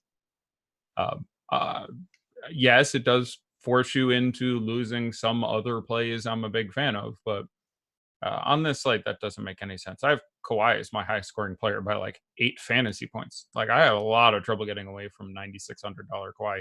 And even on FanDuel, where you're asked to pay the 10-8 nut, at that position, there's a real chance he's the highest scoring player by 34 fantasy points, and that's going to be really hard to make up. So, yeah, just some notice there that and that explains why we're getting lower than expected ownership on Lillard, who at just $9,100 is too cheap. Guys playing a lot of minutes. It's still Damian Lillard. He's still a killer. It's still his team. I don't think you need to get there because, again, they have several good options to get out there and defend him, especially in crunch time. But $9,100 in any sort of vacuum is well too cheap for him. But yeah, I think ownership is being obviously, if we have this remotely right, and I think that we do based on everything I'm seeing on Twitter and people I'm talking to, everything is being crunched down into a lot of balanced lineups today. And I have no issue with Kawhi being the first piece in my lineup going the other way. Yeah, that seems fair. And I guess one guy who can still have a balanced lineup with if you are pairing him with Kawhi, but can also build a really nice balanced one if he's your top price guy. Jimmy Butler, going to be pretty well owned in a matchup versus Phoenix, or at Phoenix rather. Butler's price just seems a little bit slow based on what he's done this year. And I guess we still don't know Justice Winslow's status, do we? No, he's still questionable. I misreported that before. I had my either I screwed up or the website screwed up or something, but I looked for the 5:30 injury report and got the 1:31, where he was not on the early injury report today. He has been added. He is questionable with a headache. Yeah, I mean, we can expect. Like, I've been talking 6-7 times this year about how this Heat lineup is going to get a little crappy, and guys who look halfway decent so far are going to fall out of the rotation, or at least have their minutes significantly hindered when everybody gets healthy. Everybody's basically healthy at this point. So even if Waiters doesn't continue to play, the chipaways of now present and slimmer James Johnson and Derek Jones Jr. and Winslow when he's back and so on. I have no relevant information to help with the Justice Winslow question as to whether or not he'll play, because it's just headache. I have no idea how to gauge the severity there.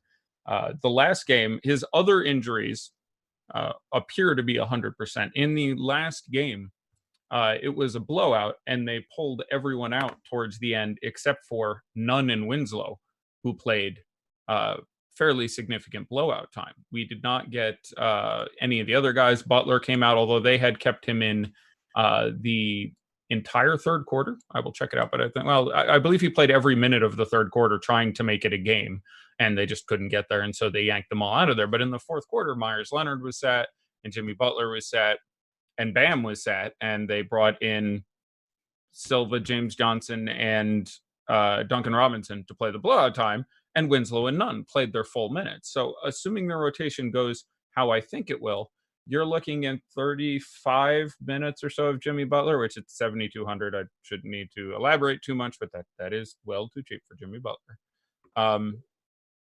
And, at or a touch over 30 for Adebayo, Winslow, and Kendrick Nunn, who has held his time and got, I want to say, 32 minutes in that game. And that's about where I have him pegged going forward. Those guys are going to get about those amounts of minutes. So you're going to get some real hair cutting for everyone else on this team, whether you're talking about, James Johnson or Deion Waiters if he's playing, or Tyler Hero, who is basically at this point just backing up Kendrick Nunn. So, he's down to a D and a C in the rankings. You can get a blowout. You can get him just, shooting up a storm when he's out there, and it's a 4-game slate, but not a ton of interest there. But, long story short, I really like Justice Winslow on both sides if he plays. I don't know if we will have the news in time for FanDuel, but at a sticky small forward position, 6,100 there works just fine. I really like Kendrick Nunn at 5,500 and 5,200. I'm projected for a hair under 30 fantasy points, but that price is still well cheap. So on DK, if you got the news that Winslow is in and starting, I would probably run Winslow. You can run them both at point guard. Otherwise, I'm just fine leaving that spot open for Nunn, who would be enhanced a little bit with no Winslow out there anyway. Butler would be an even better play if Winslow is out. But for the Heat, I'm fine getting to Bam. Even 8,400 on FanDuel. I'm projected a little higher than Aldridge, costs a little more there. On DK, I would slightly prefer him to Aldridge, although again, I would prefer Whiteside to both of them. I would prefer Steven Adams to both of them. There's a couple other bigs I would get there first. But Justice Winslow, if he's starting and playing, 5,200 is a very nice number. Jimmy Butler, again, that number is insane. But I have, back in the days where there were 7 relevant players in this rotation, I was kind of excited to take your Tyler Hero shots and some of the other guys. I'm pretty sure I have the grasp on the rotation now, and most of those other guys, to the Kelly Olynyk's and so on, are largely out of consideration now for me. Yeah, I think that seems fair. And Nunn is a guy I ended up with a ton with too. Alex has him projected pretty well. I have him projected pretty well just on the limited sample of 2019. So I'm feeling good about Nunn as kind of a cheap guy who opens up some things. I prefer Jaylen Brown, who's a little bit more expensive if you are playing on DraftKings. But I think Nunn's a really nice, not too expensive play who should have a decent floor and can hopefully get you some of the guys that you need to get, like the aforementioned Kawhis and perhaps Butlers. Are you buying at all into the narrative? I've seen people posting it in chat during the deeper dive and during this show. Goran Dragic revenge at Phoenix, playing at Phoenix over the last 4 seasons. He has not had under 33.75 fantasy points. And that one came in just 20 minutes of play last year. How are you feeling about Dragic here as a spiteful Eastern European heading back into his former team? Yeah, I don't think that's a thing. I think if Winslow is out, I'm just fine with Dragic. If Winslow is out, feel free to run Goran Dragic. Otherwise, he's going to play 18 minutes and I want none. If Winslow is out, there's a number of ways that can work out for you. Ceiling is their matchup is good. The reason he's done really well against Phoenix is he was a point guard playing against Phoenix over the last 4 years. That's every point guard, vengeance or not. If you told me he averaged 51, or that's a conversation. But it is weird. It's only been at Phoenix though. For what it just jumped out to me because I saw people talking about it all day, and I was like, that's odd. But yeah, when he plays Phoenix in Miami, he has not played well. When he's played Phoenix at Phoenix, he's played well every time over the last 4 seasons, going back to the 2015, 2016. Yeah, that's cute. It means nothing to me. Also, I just think it's Dragic's on his 5th team or whatever, 4th team. I don't think there's a lot to that. And again, I believe revenge exists. I'm a big fan of the statement that just because I can't quantify something doesn't mean it isn't there. I don't think it's purely a coincidence that Jabari Parker was extremely good against the Bulls. I think there are times he can choose to shoot or pass. I think there are times he can choose to back down or make the correct play and kick it out to the 3-point line. He's a guy possessed of some hubris and ego, and I think that is relevant. I don't think it is irrelevant. I don't think I can quantify it. That doesn't mean it doesn't exist. So, I seriously doubt the Dragic thing. Half a decade later, it's terribly relevant at this point, nor do I think he necessarily gets the time. Nor do I think the Heat terribly an organization that would enjoy him passing up better plays to go out there and take shots at a Phoenix backcourt, which is, by the way, much better defensively. And just I want none of that. But I believe that player motivations play a significant role. I just can't accurately quantify it and separate it from noise. It's like people who say BVP isn't real in baseball. BVP is absolutely real. It is incredibly difficult it's very small sample size dependent, and it's incredibly difficult to separate from lots of noise, but they're just guys who are not good against other guys. And while we have a plethora of stats that describe everything in baseball and every other sport, there are still unquantifiables that make certain guys, like arm angle. Generally, you don't see that talked about a lot. There are guys who do much better against, a 3/4 release than an over-the-top release, and that would factor into BVP. So revenge is real. Anyone who says it isn't, I don't know, has never been involved in an emotional relationship with a human being, but your emotions in a given situation will affect your play somewhat. Sometimes it's almost irrelevant. Sometimes it's completely irrelevant. Sometimes it's hugely irrelevant. I rarely feel like I can quantify it very well, but so it's always strange for me. People would be like, I have no problem with people who say just ignore it. That's very possibly the best advice. I have a problem with people who say it isn't real. It's absolutely real. People do things differently when they feel a certain way in a certain, it's like saying, my kid was born isn't real. Your kid being born yesterday is absolutely going to change your state of mind, which will in some way affect how you play basketball.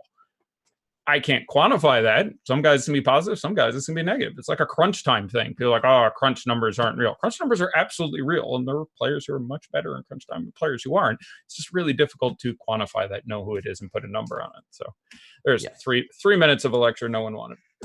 No, I think those are fair takes. And I tend to err on your side. I think especially more before I started here, I was more on the side of I do believe I was a regular sports fan. I think you believe more in the ideas of clutch and the ideas of guys bringing revenge narratives. And I think we talked about this on a stream last year where I think lead ball handlers can have revenge games. And all I'm saying, actually, this is not even one of my takes. I just think it's funny. I've seen it a bunch of times. And I did put one Dragic lineup in tonight just to be like, look, just in case. He puts up 50 to 9 and gives double birds and curses out Bob Sarver in Croatian or whatever his native tongue is. I think Croat is correct, yeah. Yeah, woof, good job by me. Wow. Could have pissed off all of our Turkish fans who were I don't think he's Serbian. I think he's Croatian. I could be wrong. He could be Serbian, but I think Croatian is correct. I was between those two, and it's tough because those are very similar regions that were once, I think, the same region. I don't think he's Bosnian. Now I have to look. Now I have to look. I'm glad we'll know this. But yeah, I don't know. They were all part of the grid. He's Slovenian, wrong across the board. Nobody had it. Nobody had it. The correct answer, Slovenia. I mean, as dumb Americans, or me especially as dumb American who has not been to Eastern Europe, I'm going to say I was right. It's right enough. It's beautiful. You're like, I identified the vague area of the world. Yeah, if you had me on Carmen San Diego, not so good. But in general, I think close enough, we'll say. So that's the Dragic take. So when you talk, I think it is, I will say this. I think it is reasonable to suggest that it increases the variance of, for example, Terry Rozier and Kemba Walker. I think it is reasonable that both of them have an extra thing going on. I think it's just as likely, I think it's a little more likely that Rozier, I'm more inclined to think Rozier gets some goose off of his vengeance than Kemba, simply because of the teams they play for, the type of people they have seemed to be as far as their attitude, their comments, their speaking with the press. I find it a little more likely that, Terry Rozier, there's a whole weird, we'll take your starting point guard. Well, you can have our backup, thing going on there. I find it a little more likely that Rozier puts his thing down. So if you were to stick a gun to my head and say, who is getting the greater boost off their narrative tonight, Kemba or Rozier? I would say Rozier, because I think it's a little more likely that he can get away with it on his team, and it's a little more in keeping with his character. I don't think you should do anything with this information, but just if anyone was curious about my Freudian psychoanalysis of Terry Rozier and Kemba, that there it is. Yeah, let's circle back to the game because I want to close the loop. But just first on that point, I do think you make one very salient point amidst many that you always make too. But there's a thing too there where it's Charlotte. Anybody, Devonta Graham went off for 50 fantasy points and 35 real life points the other day. Anybody has the runway to do whatever they want there if they're assertive and can get their shot. Yeah. So yeah, I think that's sort of the situation we're talking about where perhaps in Miami's situation, Dragic can't get a shot because he's not seeing enough court time. Rozier is going to be out there upwards of 40 minutes some games, and that's more of a situation. Front end of a back-to-back for Miami, too, also plays into that quantification for me. They play again tomorrow. Yeah, that makes sense. One question here from Tighten Up, Turn Up about that Phoenix-Miami game. Do you think that's a game stack? Doesn't seem like ownership-wise it's one that people will be stacking up too much, but you have some options here who are reasonably priced and probably won't project well enough that people won't land on it much. Yeah, I do. I getting down to 4 games, you're at the level where I think game stacking isn't a horrific idea. I think it's around the point where, yeah, it makes sense. And I think stacking some number of lineups is probably legitimately good. It's actually plus EV when you get down to this point. And yeah, that's a game I'd be very excited in. Again, the over under is not as high as I would have thought it was. I took my first sports betting loss last week, so I'm sitting at 3-1. I almost said, I'm not gonna, but I almost said I like the over in this game because I do think there's a lot of ways it can get out of hand. I think the front end of the back-to-back helps. I think the deeper lineup for Miami helps and paces it up a little bit. So, in theory, I'd have it a couple points higher than it is. And yeah, lots of guys from you run one of the power forwards, you either run, well, I guess Frank at this point is really just the backup center, but you run, Baines or Saric or Kaminsky, you get a backcourt member in there. Yeah, obviously you're going to probably get Butler in that one lineup, either Winslow or none. I slightly prefer Winslow if he's in, so I'd probably go that way. Rubio makes sense in that game, but yeah, I can see, stacking this sucker up. It's a little hard to get to Devin Booker. Just isn't getting as much volume as I'd like to see. Getting as many assists have really come down because you have Rubio out there as a really competent, point guard on the team with him. Oubre is really relevant in that quantification too. So, I'm fine playing Devin Booker. We saw it once this year, and he certainly can go out and put up 60 tonight. I would be, I imagine, around the field, which I have feeling is in the 12-15% range, maybe a little. Also, officially, Justice Winslow is out. So just real fast, if you want to circle back, just the very, very cliff notes of that, because you did talk about it at some length. You may now execute your Goran Dragic revenge strategy. Gentlemen, keys, everybody put it Gentlemen, in. Yesterday in chat, it turned out to be Industrious, and I mentioned him twice on the show, but in chat, when we got our news that both Teague and then finally Napier were out, I said, gentlemen, you prepare your Culvers for insertion or something. So you may now prepare your Goran Dragics to give the Slovenian slide and get it in there. I still think with the superfluity of people on this team who are out there and clamoring for minutes, and guys that I'm not sure the minutes go there. You may get Hero minutes, you may get Waiters minutes. It could go all sorts. You may get Duncan minutes. They can certainly run that with this team. I mean, they have 5 guys on this team who can play point guard at some reasonable level. But at this point, it doesn't bother me too much because I think you've opened up the high 20s minute Dragic's game. The price can certainly make that work out, the matchup, and it's a 4-game slate. So go ahead, have yourself some Goran. All right, let's go back to that Boston-Charlotte game, which you talked about a little bit, the point guards there. Kemba Walker returning back to his home, which he maybe didn't want to leave, maybe did want to leave because they didn't want to seem to offer him the money he felt like he was worth. Terry Rozier, similar situation, but not returning to Boston. He'll be playing at his new home in Charlotte. I think Jaylen Brown, to me, one of the better guys on the slate in terms of value, just because he's returning to a role that has not been priced up accordingly, whereas all the other Boston guys are priced up for the role that they had without him. He's at a 24% usage rate on the year. So to me, that not being in there does change things pretty fungibly for a lot of these guys. But how are you feeling about this game, Eddie? Anybody jumping out to you as particularly worthwhile? I want to close out on the last game real quick, I didn't specifically mention this is a relevant boost for most specifically Butler and Nunn. Like I do like them. I would raise their projections each by somewhere around a point, maybe even a touch more, based on Winslow being out, just because of expected ball handling and picking up some extra peripherals, mostly for Butler, who's now even more of an insane play, but Nunn as well. Direct swap to Nunn on DK obviously worked just fine. The Kemba Walker situation was weird because I think he liked the team. I think the team really liked him, and it made a lot of sense for everyone for him to get the hell out of there. They say, never judge a man or get angry at him until you've walked a mile in his shoes for a couple of reasons. First of all, you're better off because you're now a mile away from them and you have their shoes. But, also, is that Jack Handy? I feel like I've heard that quote before. I don't know where that's from, but it just came to mind. It was a tough spot because Charlotte, by means of Michael Jordan being a truly dreadful basketball executive, going down that whole Magic Johnson, I was good on the basketball court, not so good in the skybox looking down at it sort of thing, overpaid a lot of dudes and was hard capped on, the Biombos and the Batums so if you supermax Kemba, who deserved it, you're never going to win. Like, you might make the playoffs. You might win around and play. Your team is not winning a title almost. I mean, you can't say for sure. Maybe you get a 20th pick who turns into Kawhi. Maybe, it can happen. But it was going to really screw the team to give him the money he deserved. And that doesn't work for either of them, really. So he can get the same amount of money, go to a contender, try to get some jewelry, and they can start a very necessary rebuild, which they've done, where every game now they have, a pile of 20-year-olds out there trying to figure stuff out. So I hope that he gets a good round of applause today, because by all indicators, a very solid dude. Yeah, elsewhere on this game, not two teams I'm super excited to target. There are some interesting price points. I like Dwayne Bacon at $4,200 on FanDuel. That is a very inexpensive price for the Bacon. But you mentioned you like Jaylen Brown. I think he's fine. The ownership, I'm sure, is going to be nominal. He's relatively inexpensive. Island game for both teams. No one played yesterday. No one plays tomorrow. Yeah, both teams on the island.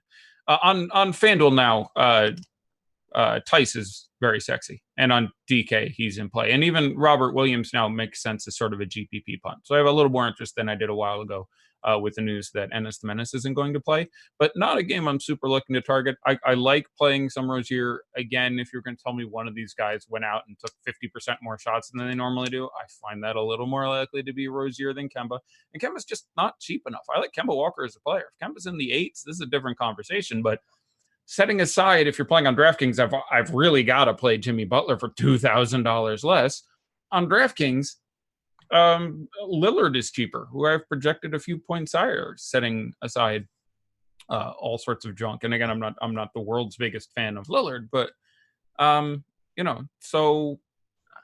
Bacon as a GPP play, it's not like it's super expensive on DK. Is 44 or 46, 44, I think it is.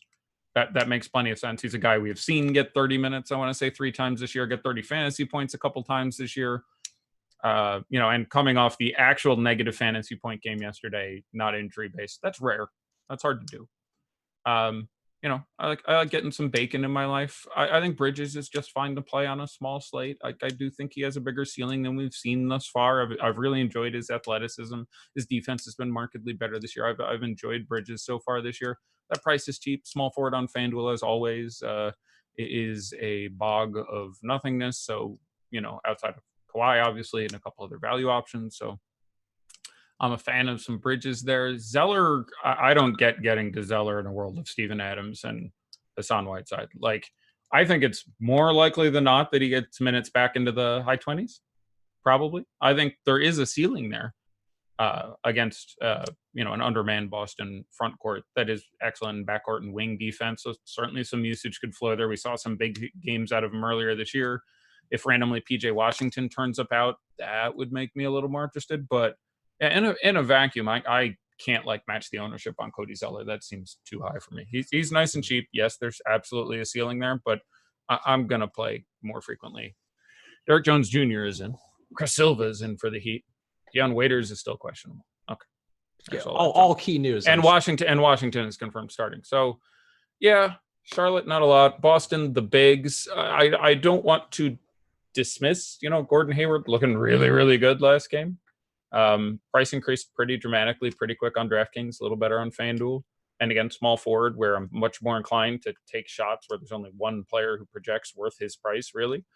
Go ahead and run some Gordon Hayward out in your life. Any of these guys can bang out a ceiling, but I expect the minutes to depress a little bit, and everyone's priced for there is no Jaylen Brown production. You can still play Marcus Smart, especially on FanDuel, where he's 5'5". Everyone's like, oh, these guys are back. Marcus Smart's game is less predicated on usage and volume than a lot of these other guys, and he was already playing 30 minutes. So, yeah, I raised his projection by 2-3 minutes when Jaylen Brown was out, but no one's going to try Marcus Smart on a 4-game slate. I'd have some Marcus Smart on FanDuel. I think that's a perfectly interesting GPP play for a guy who picks up lots of peripherals and steals and blocks against a JV team that is going to give them up. So sweet. I can see going there. But there's no one here who's really a giant priority for me. I think that's my takes on basically every relevant player. Well, Graham, obviously, coming off his massive game.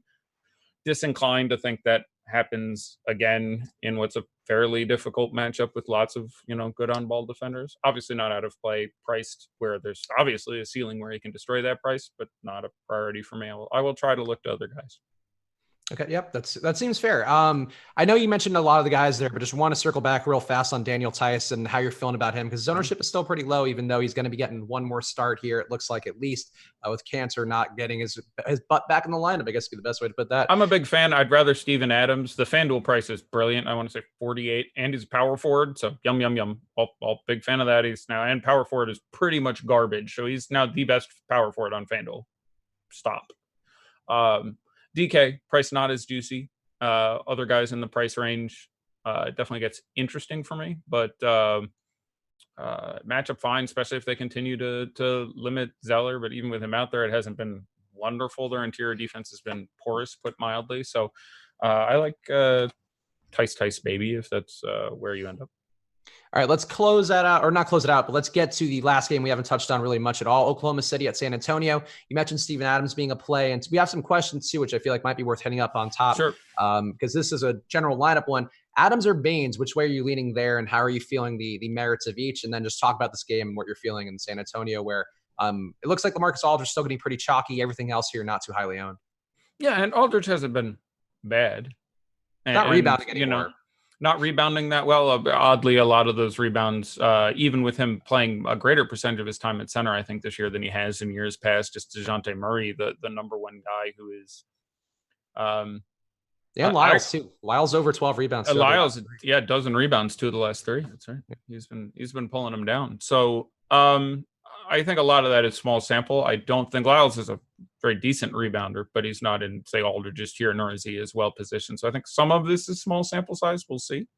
But the rebounds per minute for Aldridge, I would expect to increase from this point forward. Also, his shooting has been a little bit worse. I think that continues to get better as the year goes on. But yeah, I prefer Adams. I like the minutes a little more. I like the matchup a little more. But Baines an absolutely fine play. I think they may both have the exact same ranking. There's a chance that Adams ended up a tier higher in cash for me. I expect him to be fully healthy. I will say it's nice that the Suns are on a massive island game. They played Monday and don't play till Sunday.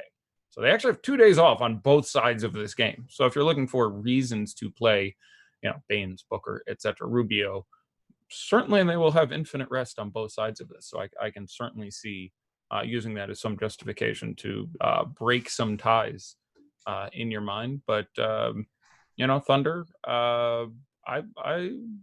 like the Thunder. This is not the old matchup with the Spurs where it's something we were worried about. Their pace is good. Their defense is not as phenomenal as it has been.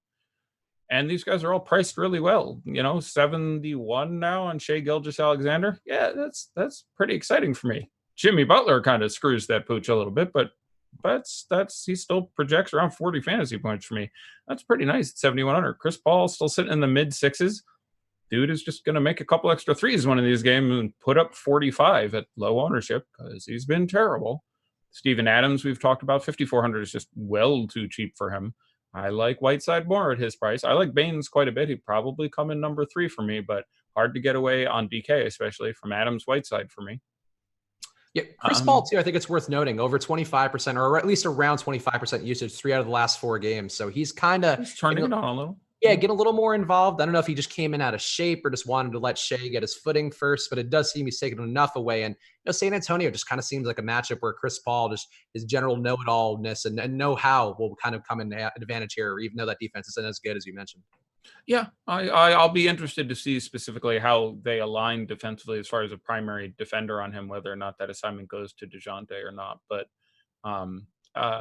I think it's a little more likely he guards Shai, but I'll be really curious to see what level of inherent disrespect is contained in the defensive alignments. But I like one of those guys to have a pretty good game in this spot. They're priced really well. Gallinari is sort of the forgotten guy here, not getting quite the shot volume I'd like to see, not getting quite the minutes I'd like to see, but that price, still sitting in the low 6s on a 4-game slate. I'd have some. I'd have more on FanDuel, where again, almost exactly the same price, so proportionately better priced, and small forward. So again, that feels pretty good. Nice immediate pivot from Winslow, by the way, who is same price or $100 difference on FanDuel, I want to say. Yep. Let's talk about a little more about San Antonio's side. DeJounte Murray, a guy who I think you'd also pinpoint some of the struggles for DeRozan and Aldridge to Murray and his usage rate on the rise. 25% usage for him on the year. Still minutes limited to the mid-20s. Had some foul issues the other game, so he didn't quite hit that minutes limit, but rebounding well, as we mentioned, and also taking that usage away. Would you take your stabs at Murray given a short slate and under 10% ownership? Because I'm about with the field on it and kind of wish I had a little bit more just because I do think he can get there in the spot, even though Oklahoma City playing at a real slow pace.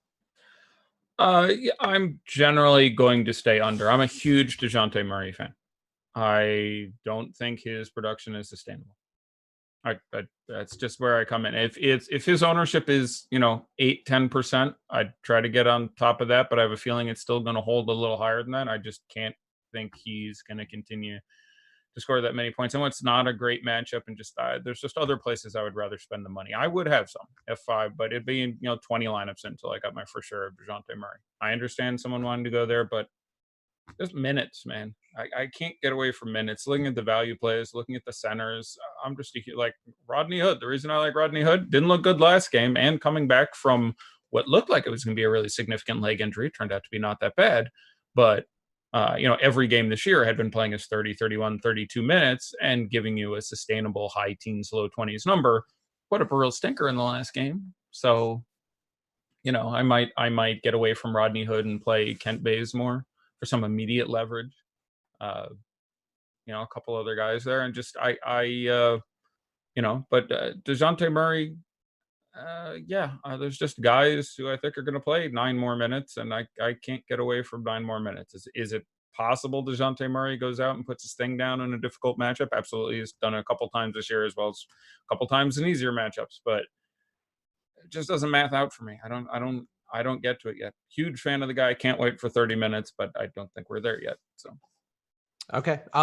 Anything else you want to hit on before we burn through some questions here? Because we got them queued up in the Slack and I want to get through because we got 10 minutes left. No, let's go.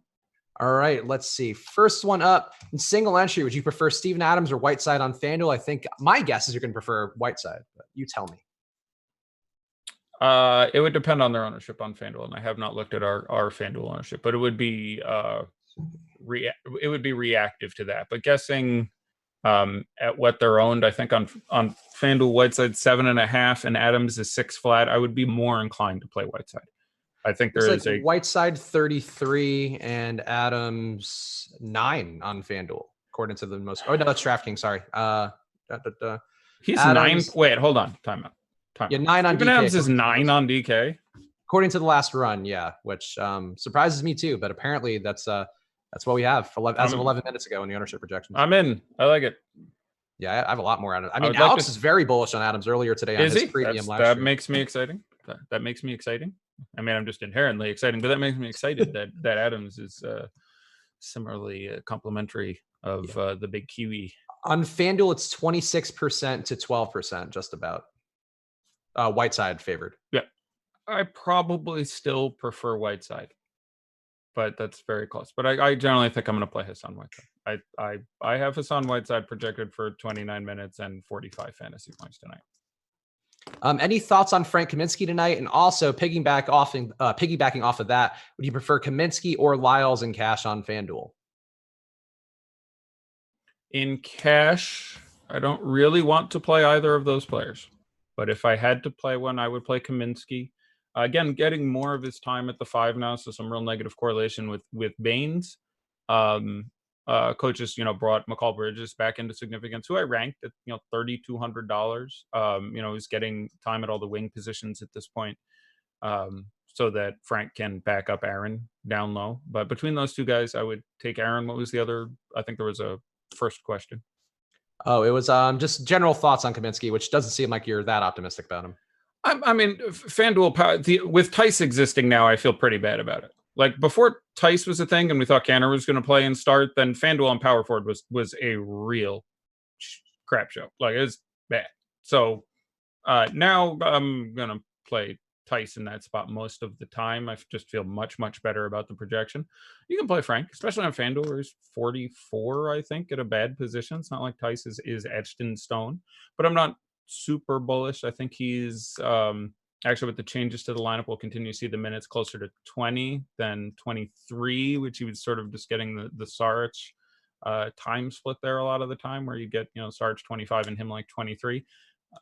So I'm not, I'm not over the moon on Frank, but I don't have an issue if you have Frank in a lineup. But in cash, it's not a guy I really want to play. I really try to come up with $400 and play Daniel Tice there, who I've projected for literally 10 more fantasy points for $400.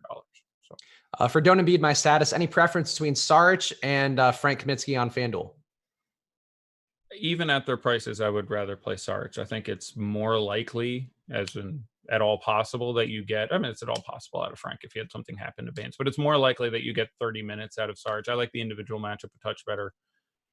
So I would generally prefer to pay I want to say 51 for Saric than the 44 for Frank, which I think is the numbers. Okay. Let's see. McCollum at 6,400 on FanDuel seems like a bargain. You have any specific thoughts on CJ tonight on FanDuel? You are correct. Again, I'm curious how the defensive alignment goes here. I think there's a very good chance that as far as, primary defenders go, so that we can keep Kawhi a little closer to the basket, you get more Kawhi on McCollum, which obviously is not a great thing, but he is objectively well too cheap. He's, 61 on DK. It's too cheap. 64 on FanDuel is even more too cheapy. So I'm absolutely fine going there. I think the placeholder lineup I built had McCollum as one of the two spots. I got McCollum and Bacon sitting in. Two people tweeted me, who are your shooting guard plays on FanDuel? There you go. I have McCollum and Bacon sitting in at shooting guard right now. Andre in the premium Slack asking, do you like Jimmy Butler on FanDuel, where his price a bit less appealing than it is on DraftKings? A bit. Yeah, I do. I he has a real chance of putting up a massive score here, whereas it's not, your daddy's Phoenix team where it's you're absolutely thrilled. They've played really well. Shout out to Monty, by the way. But yeah, absolutely. Jimmy Butler can get 55 or 60 tonight, which makes him insane on DraftKings. But on FanDuel, if we haven't projected it, I'll throw a guess at 12%. Then yeah, I like spending that money there.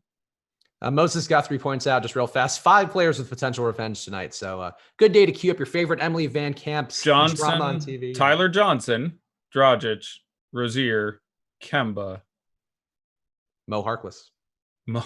A woman, Mo Harkless. Can't believe that one escaped me. Mo Harkless. I was good there. I thought I was good for picking up Ty Johnson. If he, if there's ever a guy who could pick up a lot of usage and go nuts in revenge, it's Mo Harkless. That's what we. I was going to say, let's see. You asked about that. Justice Winslow. All right. Derek Jones Jr. Any interest in him at all? Yes. You take Winslow out of there, that would raise my projection for him from 13 minutes to 19. And he's $3,300 on DK on a 4-game slate. Not unplayable. I think I still ranked him, but I may not have, because I haven't updated since Winslow. So I'm not over the moon about it, but there's not a lot of super cheap options that I'm excited with. So I don't have an issue with you getting a DJJ in there, airplane mode. I can really pick up some steals and blocks, and had one very, very good game previously this year where we were on him, and that was a fun day. So some personal affinity for me there, but that's fine. It's a stretch GPP play. I don't want more than a couple percent, but if you're building a lineup and he slots in there, you can do it. Murray and Nunn or Chris Paul and Patrick Beverley for DK?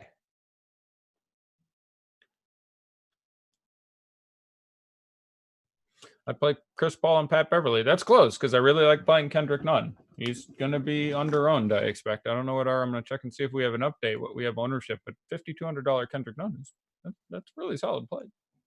I think we got another ownership run 5 minutes ago. There he is, 19%. Yeah, that's not nothing, but I'd want more.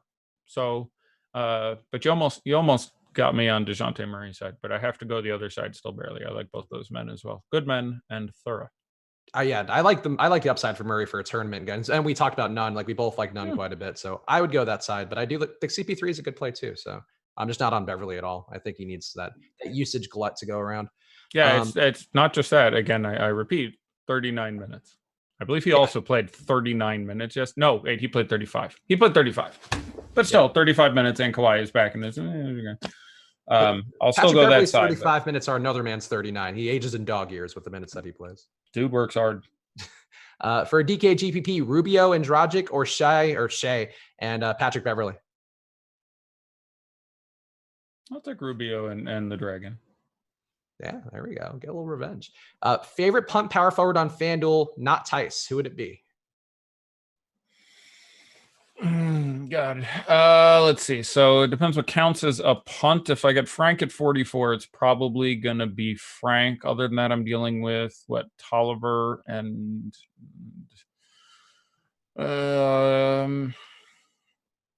probably both cash and GPP would actually barely beat Trey Lyles. If you had the $400, I think I would rather play Frank. If all were equal, I think I'm projected literally a hair higher. But it's going to be Trey Lyles more often than not, especially if we factor in price. Bam Adebayo or Hassan Whiteside on Yahoo, where there's only $1 difference. Bam, that $1 more expensive. I'm going to take Whiteside. Interesting. Smart or Bacon on FanDuel? Who would you go with? Well, you're saving $1,300 going with Bacon.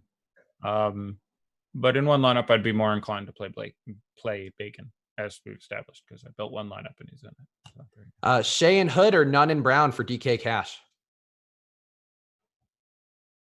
I'd go Nunn and Brown.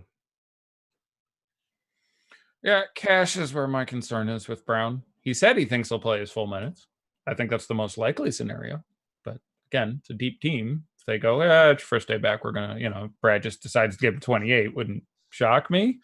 But I will still err on the Brown side, yeah. Whiteside and Diallo or Adams and McCollum for a FanDuel GPP? That's got to be Adams and McCollum, right? I would play Whiteside and Diallo. Wow, really? You would go down to check Diallo just to get, not to check Diallo, Hamidou Diallo. Hamidou. Sorry. Yeah, I got my Diallos mixed up. You'd go down there just to get Whiteside. Wow, so you really like Whiteside today? When I'm talking about ceiling, I am not surprised to see 55 out of Hassan Whiteside. I like Steven Adams a lot as a cost saver, but I just sort of, because it's FanDuel and I want to demolish the position, and Diallo had been getting a few more minutes, and there's any number of ways this doesn't turn out brilliantly for CJ McCollum. Yeah, in a GPP on FanDuel, I would run Whiteside and Diallo. Do you have any strong feelings on Bam tonight compared to the field on DraftKings, where he's not going to be too highly owned because his price is up so much? Isn't he 7,000 on DK? If that counts as up so much, I'm a pretty big actually fan. Yeah, I guess I think it's it might just be up relative to projections. That's my bad. But yeah, 7K, so he's actually down a little bit, and actually he's going to be 26% owned, so never mind, his ownership came up too. Yeah, I was about to say I would expect him to be fairly popular. No, I expect him to get his time. I still think he's a very good play. I end up going back and forth between him and Shai Gilgeous-Alexander and a couple other things in that situation, but I like Bam quite a bit. Again, my affection for Butler, Adams, Whiteside, between the prices and the positions, I think would limit my personal exposure, but I really don't have an issue with almost any amount of Bam in your lineups. And we are locking very well. 1 minute, but this may be getting in over the line. Rubio or Nunn, FanDuel, who would it be? Well, I prefer Nunn points per dollar. I'm absolutely fine with playing Rubio. Nunn is $1,500 on FanDuel cheaper, I think is the number. So it's difficult to apples that one. I would slightly rather per price per ownership play. They don't want Nunn. And actually, this one's still relevant, and I'll do anything for the Stank 2323. Gay or Sarge on a DK GPP, who would it be? That's a good question. That's a very good question. Probably, presuming no relevant player negative correlations and stuff, I would slightly prefer Sarge. Okay, and now there and Myers seems like a spot. I will slightly go Sarge, but I would have them very, very close. I have no strong inclination. All right, let's see if the old Big Jam will update so I can pull ownership right now. Just showing me highlights of the sweat on DK Live, which a great show, but a better show when Josh and me are on it more. I haven't seen it. They've revamped it quite a bit. It used to be they're trying to do their ESPN version of a DFS show, which doesn't work. Now they're trying to make it more of a podcast and use their internal guys more. But good people over there. But yeah, tough to compete with what we got going here. You're exciting, apparently. I mean, from what you said earlier. That's I just came out and stated it somewhat egotistically. I am exciting. I agree. You are a thrill a minute. Speaking of thrill a minute, America's favorite game is the biggest thrill a minute. Of course, that is Daddy Likes, which is, let's say it's presented by Fantasy Draft. I think they love a good daddy joke thing, which we bring to the table, and they are the official home of Rake Free DFS. So everybody go to fantasydraft.com right now to show support for Daddy Likes. Use that promo code AWESOMO to get your free 7-day trial. And Daddy loves Rake Free DFS. I'll speak for Daddy here, even though I am not Daddy. That's fine. No, I'm confident I you am. will agree. I say all the time. Look, I think I have some useful information. I think people should tune into the show. I love all you guys. I think I can certainly increase someone's bottom line. Certainly compared with the vacuum, there's some great DFS analysts out there. I would never try to go head to head there, but if it's me or watching a rerun of Smallville, I think I will help your bottom line, but I will do nothing compared to the site you're paying out an extra 15 cents per dollar, assuming you have any idea what you're doing. So Daddy loves some rake free DFS. Shout out Fantasy Draft. Go to fantasydraft.com. Again, the promo code Osmo on there. All right. Number one on the list is going to be Terry Rozier coming in at 23.5%. How does Daddy feel about that one? Yeah, we have one game and it's kind of stank for ownership. Daddy is ambivalent. Daddy finds Terry Rozier, somewhat attractive and compelling on a certain level, but that's a significant ownership. It's a short slate, so you're just going to see all the ownerships boost. So that's not super high. It'll be, 8th, 10th highest owned on the slate, but that's about where that should be. I'm a little more inclined, as is apparently the field, since you said he was number one, to go there versus Kemba with just the other options at price. So, Sibble. Kemba, speaking of him, number two at 15.6% in DK's Big Jam. How does Daddy feel about that? I think I would still have a little bit less, but I'm similarly ambivalent. The crowd continuing its streak this year of making excellent plays relative to ownership. Just the price of Jimmy Butler and Damian Lillard and a number of other guys at positions and in that area. It's a little hard to get to that. And I spoke at length before about, his ability to just take over a game. So my Daddy slightly dislikes it, I guess. Number three, Miles Bridges, 15% just about. How does Daddy feel about old Miles getting some ownership again? How much did he cost? He was 5,100, so he wasn't actually that. Yeah, he wasn't that affordable. Yeah, I think I would have a little less again. It's not a particularly brilliant matchup. He's solid. He gets time again. 15% is not over the moon. So I'm waiting for a number I can get really excited about. I'm again nonplussed. Daddy is reclining in his lazy boy, hand down the front of my pants, eating a TV dinner. Not yet excited. Jaylen Brown, 14%. How does Daddy feel about that? Yeah, I'm. You're not getting a rise out of me. We've been We've been married too long, Chris. It's just not doing it for me anymore. Well, as somebody who has 4 times a Jaylen Brown, I consider that to be sexy lingerie. Have 4 times you have 50-something% Jaylen Brown. Yes, I do. On 40 lineups, but yeah, I play aggressive with guys. That is a stand. Yeah, no, I love doing that. I love just being like, look, I don't want to I almost think if you don't do that, it's really hard to consider how you're going to be profitable long term. A lot of people are entering a lot of lineups. A lot of people are looking at projections, and the ownership is the ownership. So if you're never differing more than a percentage here or there from the ownership, you have no way to expect to be popular. Now, you can do that through basketball knowledge or DFS knowledge or intentional contrarianism or any number of things. But if Terry Rozier is whatever you said, 24%, and you're always going to be 20 to 28, and Kemba is whatever you said, 16, and you're always going to be 13 to 19, you cannot make money. It's just a mathematical certainty over any long period of time that you cannot get on top of a significant rake. You could make money at fantasy draft with their reduced rake. That might be enough to compensate for that. But yeah, if you're paying 15% rake, you cannot get on top of not taking stands. So yeah. I'm a fan of that. I'm not any greater a fan of making a Jaylen Brown stand than I am a Gordon Hayward stand, than a Jason Tatum stand, than a Terry Rozier stand, but it certainly could work out for you. Yeah, relative to price. And I did come off of it a little bit. I actually ended up at 50% flat because of Daniel Tice being in that same price point. So he allowed me to walk it back a little bit. I'll skip it down to him real fast. Daniel Tice at 5%. How does Daddy feel about that? Yeah. Oh God! Whenever you put on that you got the vapors on that one. Whenever I got the vapors, I have to loosen my corset. That was I need a fainting couch. That's pretty exciting for me. That can work out any number of good ways. So yeah, that's a guy with a real upside who, I think the most likely scenario, I have legit projected for 27 minutes. I think tonight you could get 30, 31 or something. That's against Charlotte. That's exciting for me at that ownership. I would have him projected very similarly to Jaylen Brown, And you're telling me he's a third of the ownership and $1,000 less. Oh my God. It's like when you put on that old team building exercises t-shirt. It's 3 sizes too big for you, and it's never looked better on you. Let's burn through these fast. Cody Zeller, 10%. How does Daddy feel about that? I would have less just because he's a center. And he's not named Steven Adams or Hassan Whiteside. But I also think there is a real floor there.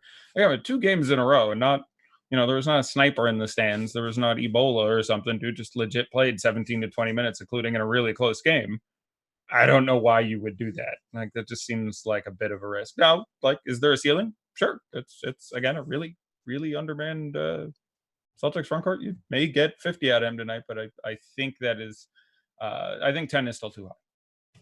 And let's see, Devontae Graham at 9.4%. How does Daddy feel about that? I like that. I'd want a little more than that. I do think, what you're seeing out of him is real to a certain extent. The minutes are more solid than, say, Bacon, who I can't help but notice we haven't heard his name yet. So I'm He's coming up next, 6.2. Okay, yeah, I'd want more of both those guys. Again, not a ton more, but 10-ish for both of them. That's a great old joke, by the way. You ever hear that one? What time did Sean Connery go to Wimbledon? Oh, tennis. Tennis. Look, we both had strong Connery impressions there on that one word. I don't think so. I used to have a good one. I haven't done it. And I consider myself a bit of an impressionist, but I haven't done Connery in a long time. All right, let's burn through the last of these because I got to go make some show. Okay, sorry. I was going to do impressions for everyone, but you can all blame Chris. No impressions today. No Elmo. Love it. Your old no pal Herbert the pervert. No Sean Connery. No, it's fine. I see Robert Williams. Actually, PJ Washington, 2.9%. Robert Williams, 2.8%. Marcus Smart, 1.1. Marvin, 1.1. Malik Monk, 1 flat. Bismack Biyama, 0.81. Cody Martin, who I feel like, didn't he go down to the G League? I heard somebody say earlier today. Maybe not. That might have been an off stream. It could have been incorrect. Like that somebody just told him that, and he was like, "Oh, I'll look into it." But did they assign him? Hold on, I'm gonna go. That would come in on the 5:30 injury report. I don't know. This is the 1:30 injury report. Hold on, let's get this right. Here's the 5:30. I almost did it again. I do not show him as sent down. Okay, so never Kobe Simmons was sent down, and I think that's the confusion. Okay, maybe that's it. Carson Edwards, 0.1%. Grant Williams, 0.1%. Enes Kanter, 0.12%. What did those people do, Eddie? They played themselves. They did, in fact. All right, guys, hit that like button, please. Thank you again to Fantasy Draft. I'll be back here tomorrow with Josh Engelman to close out the week. Fast Eddie will be back Saturday and Sunday with your old pal EMAC. We're going to have the biggest edge, honestly, Saturdays and Sundays. Sundays especially with all the NFL stuff going on. Eddie and EMAC doing a great job. Eddie, anything you want to say here before we call it quits for the day? I love you. We love each and every one of you out there. Thank you for watching. Hit that like button before you go. We'll see you guys again soon. Good luck. Now, the best part is Josh is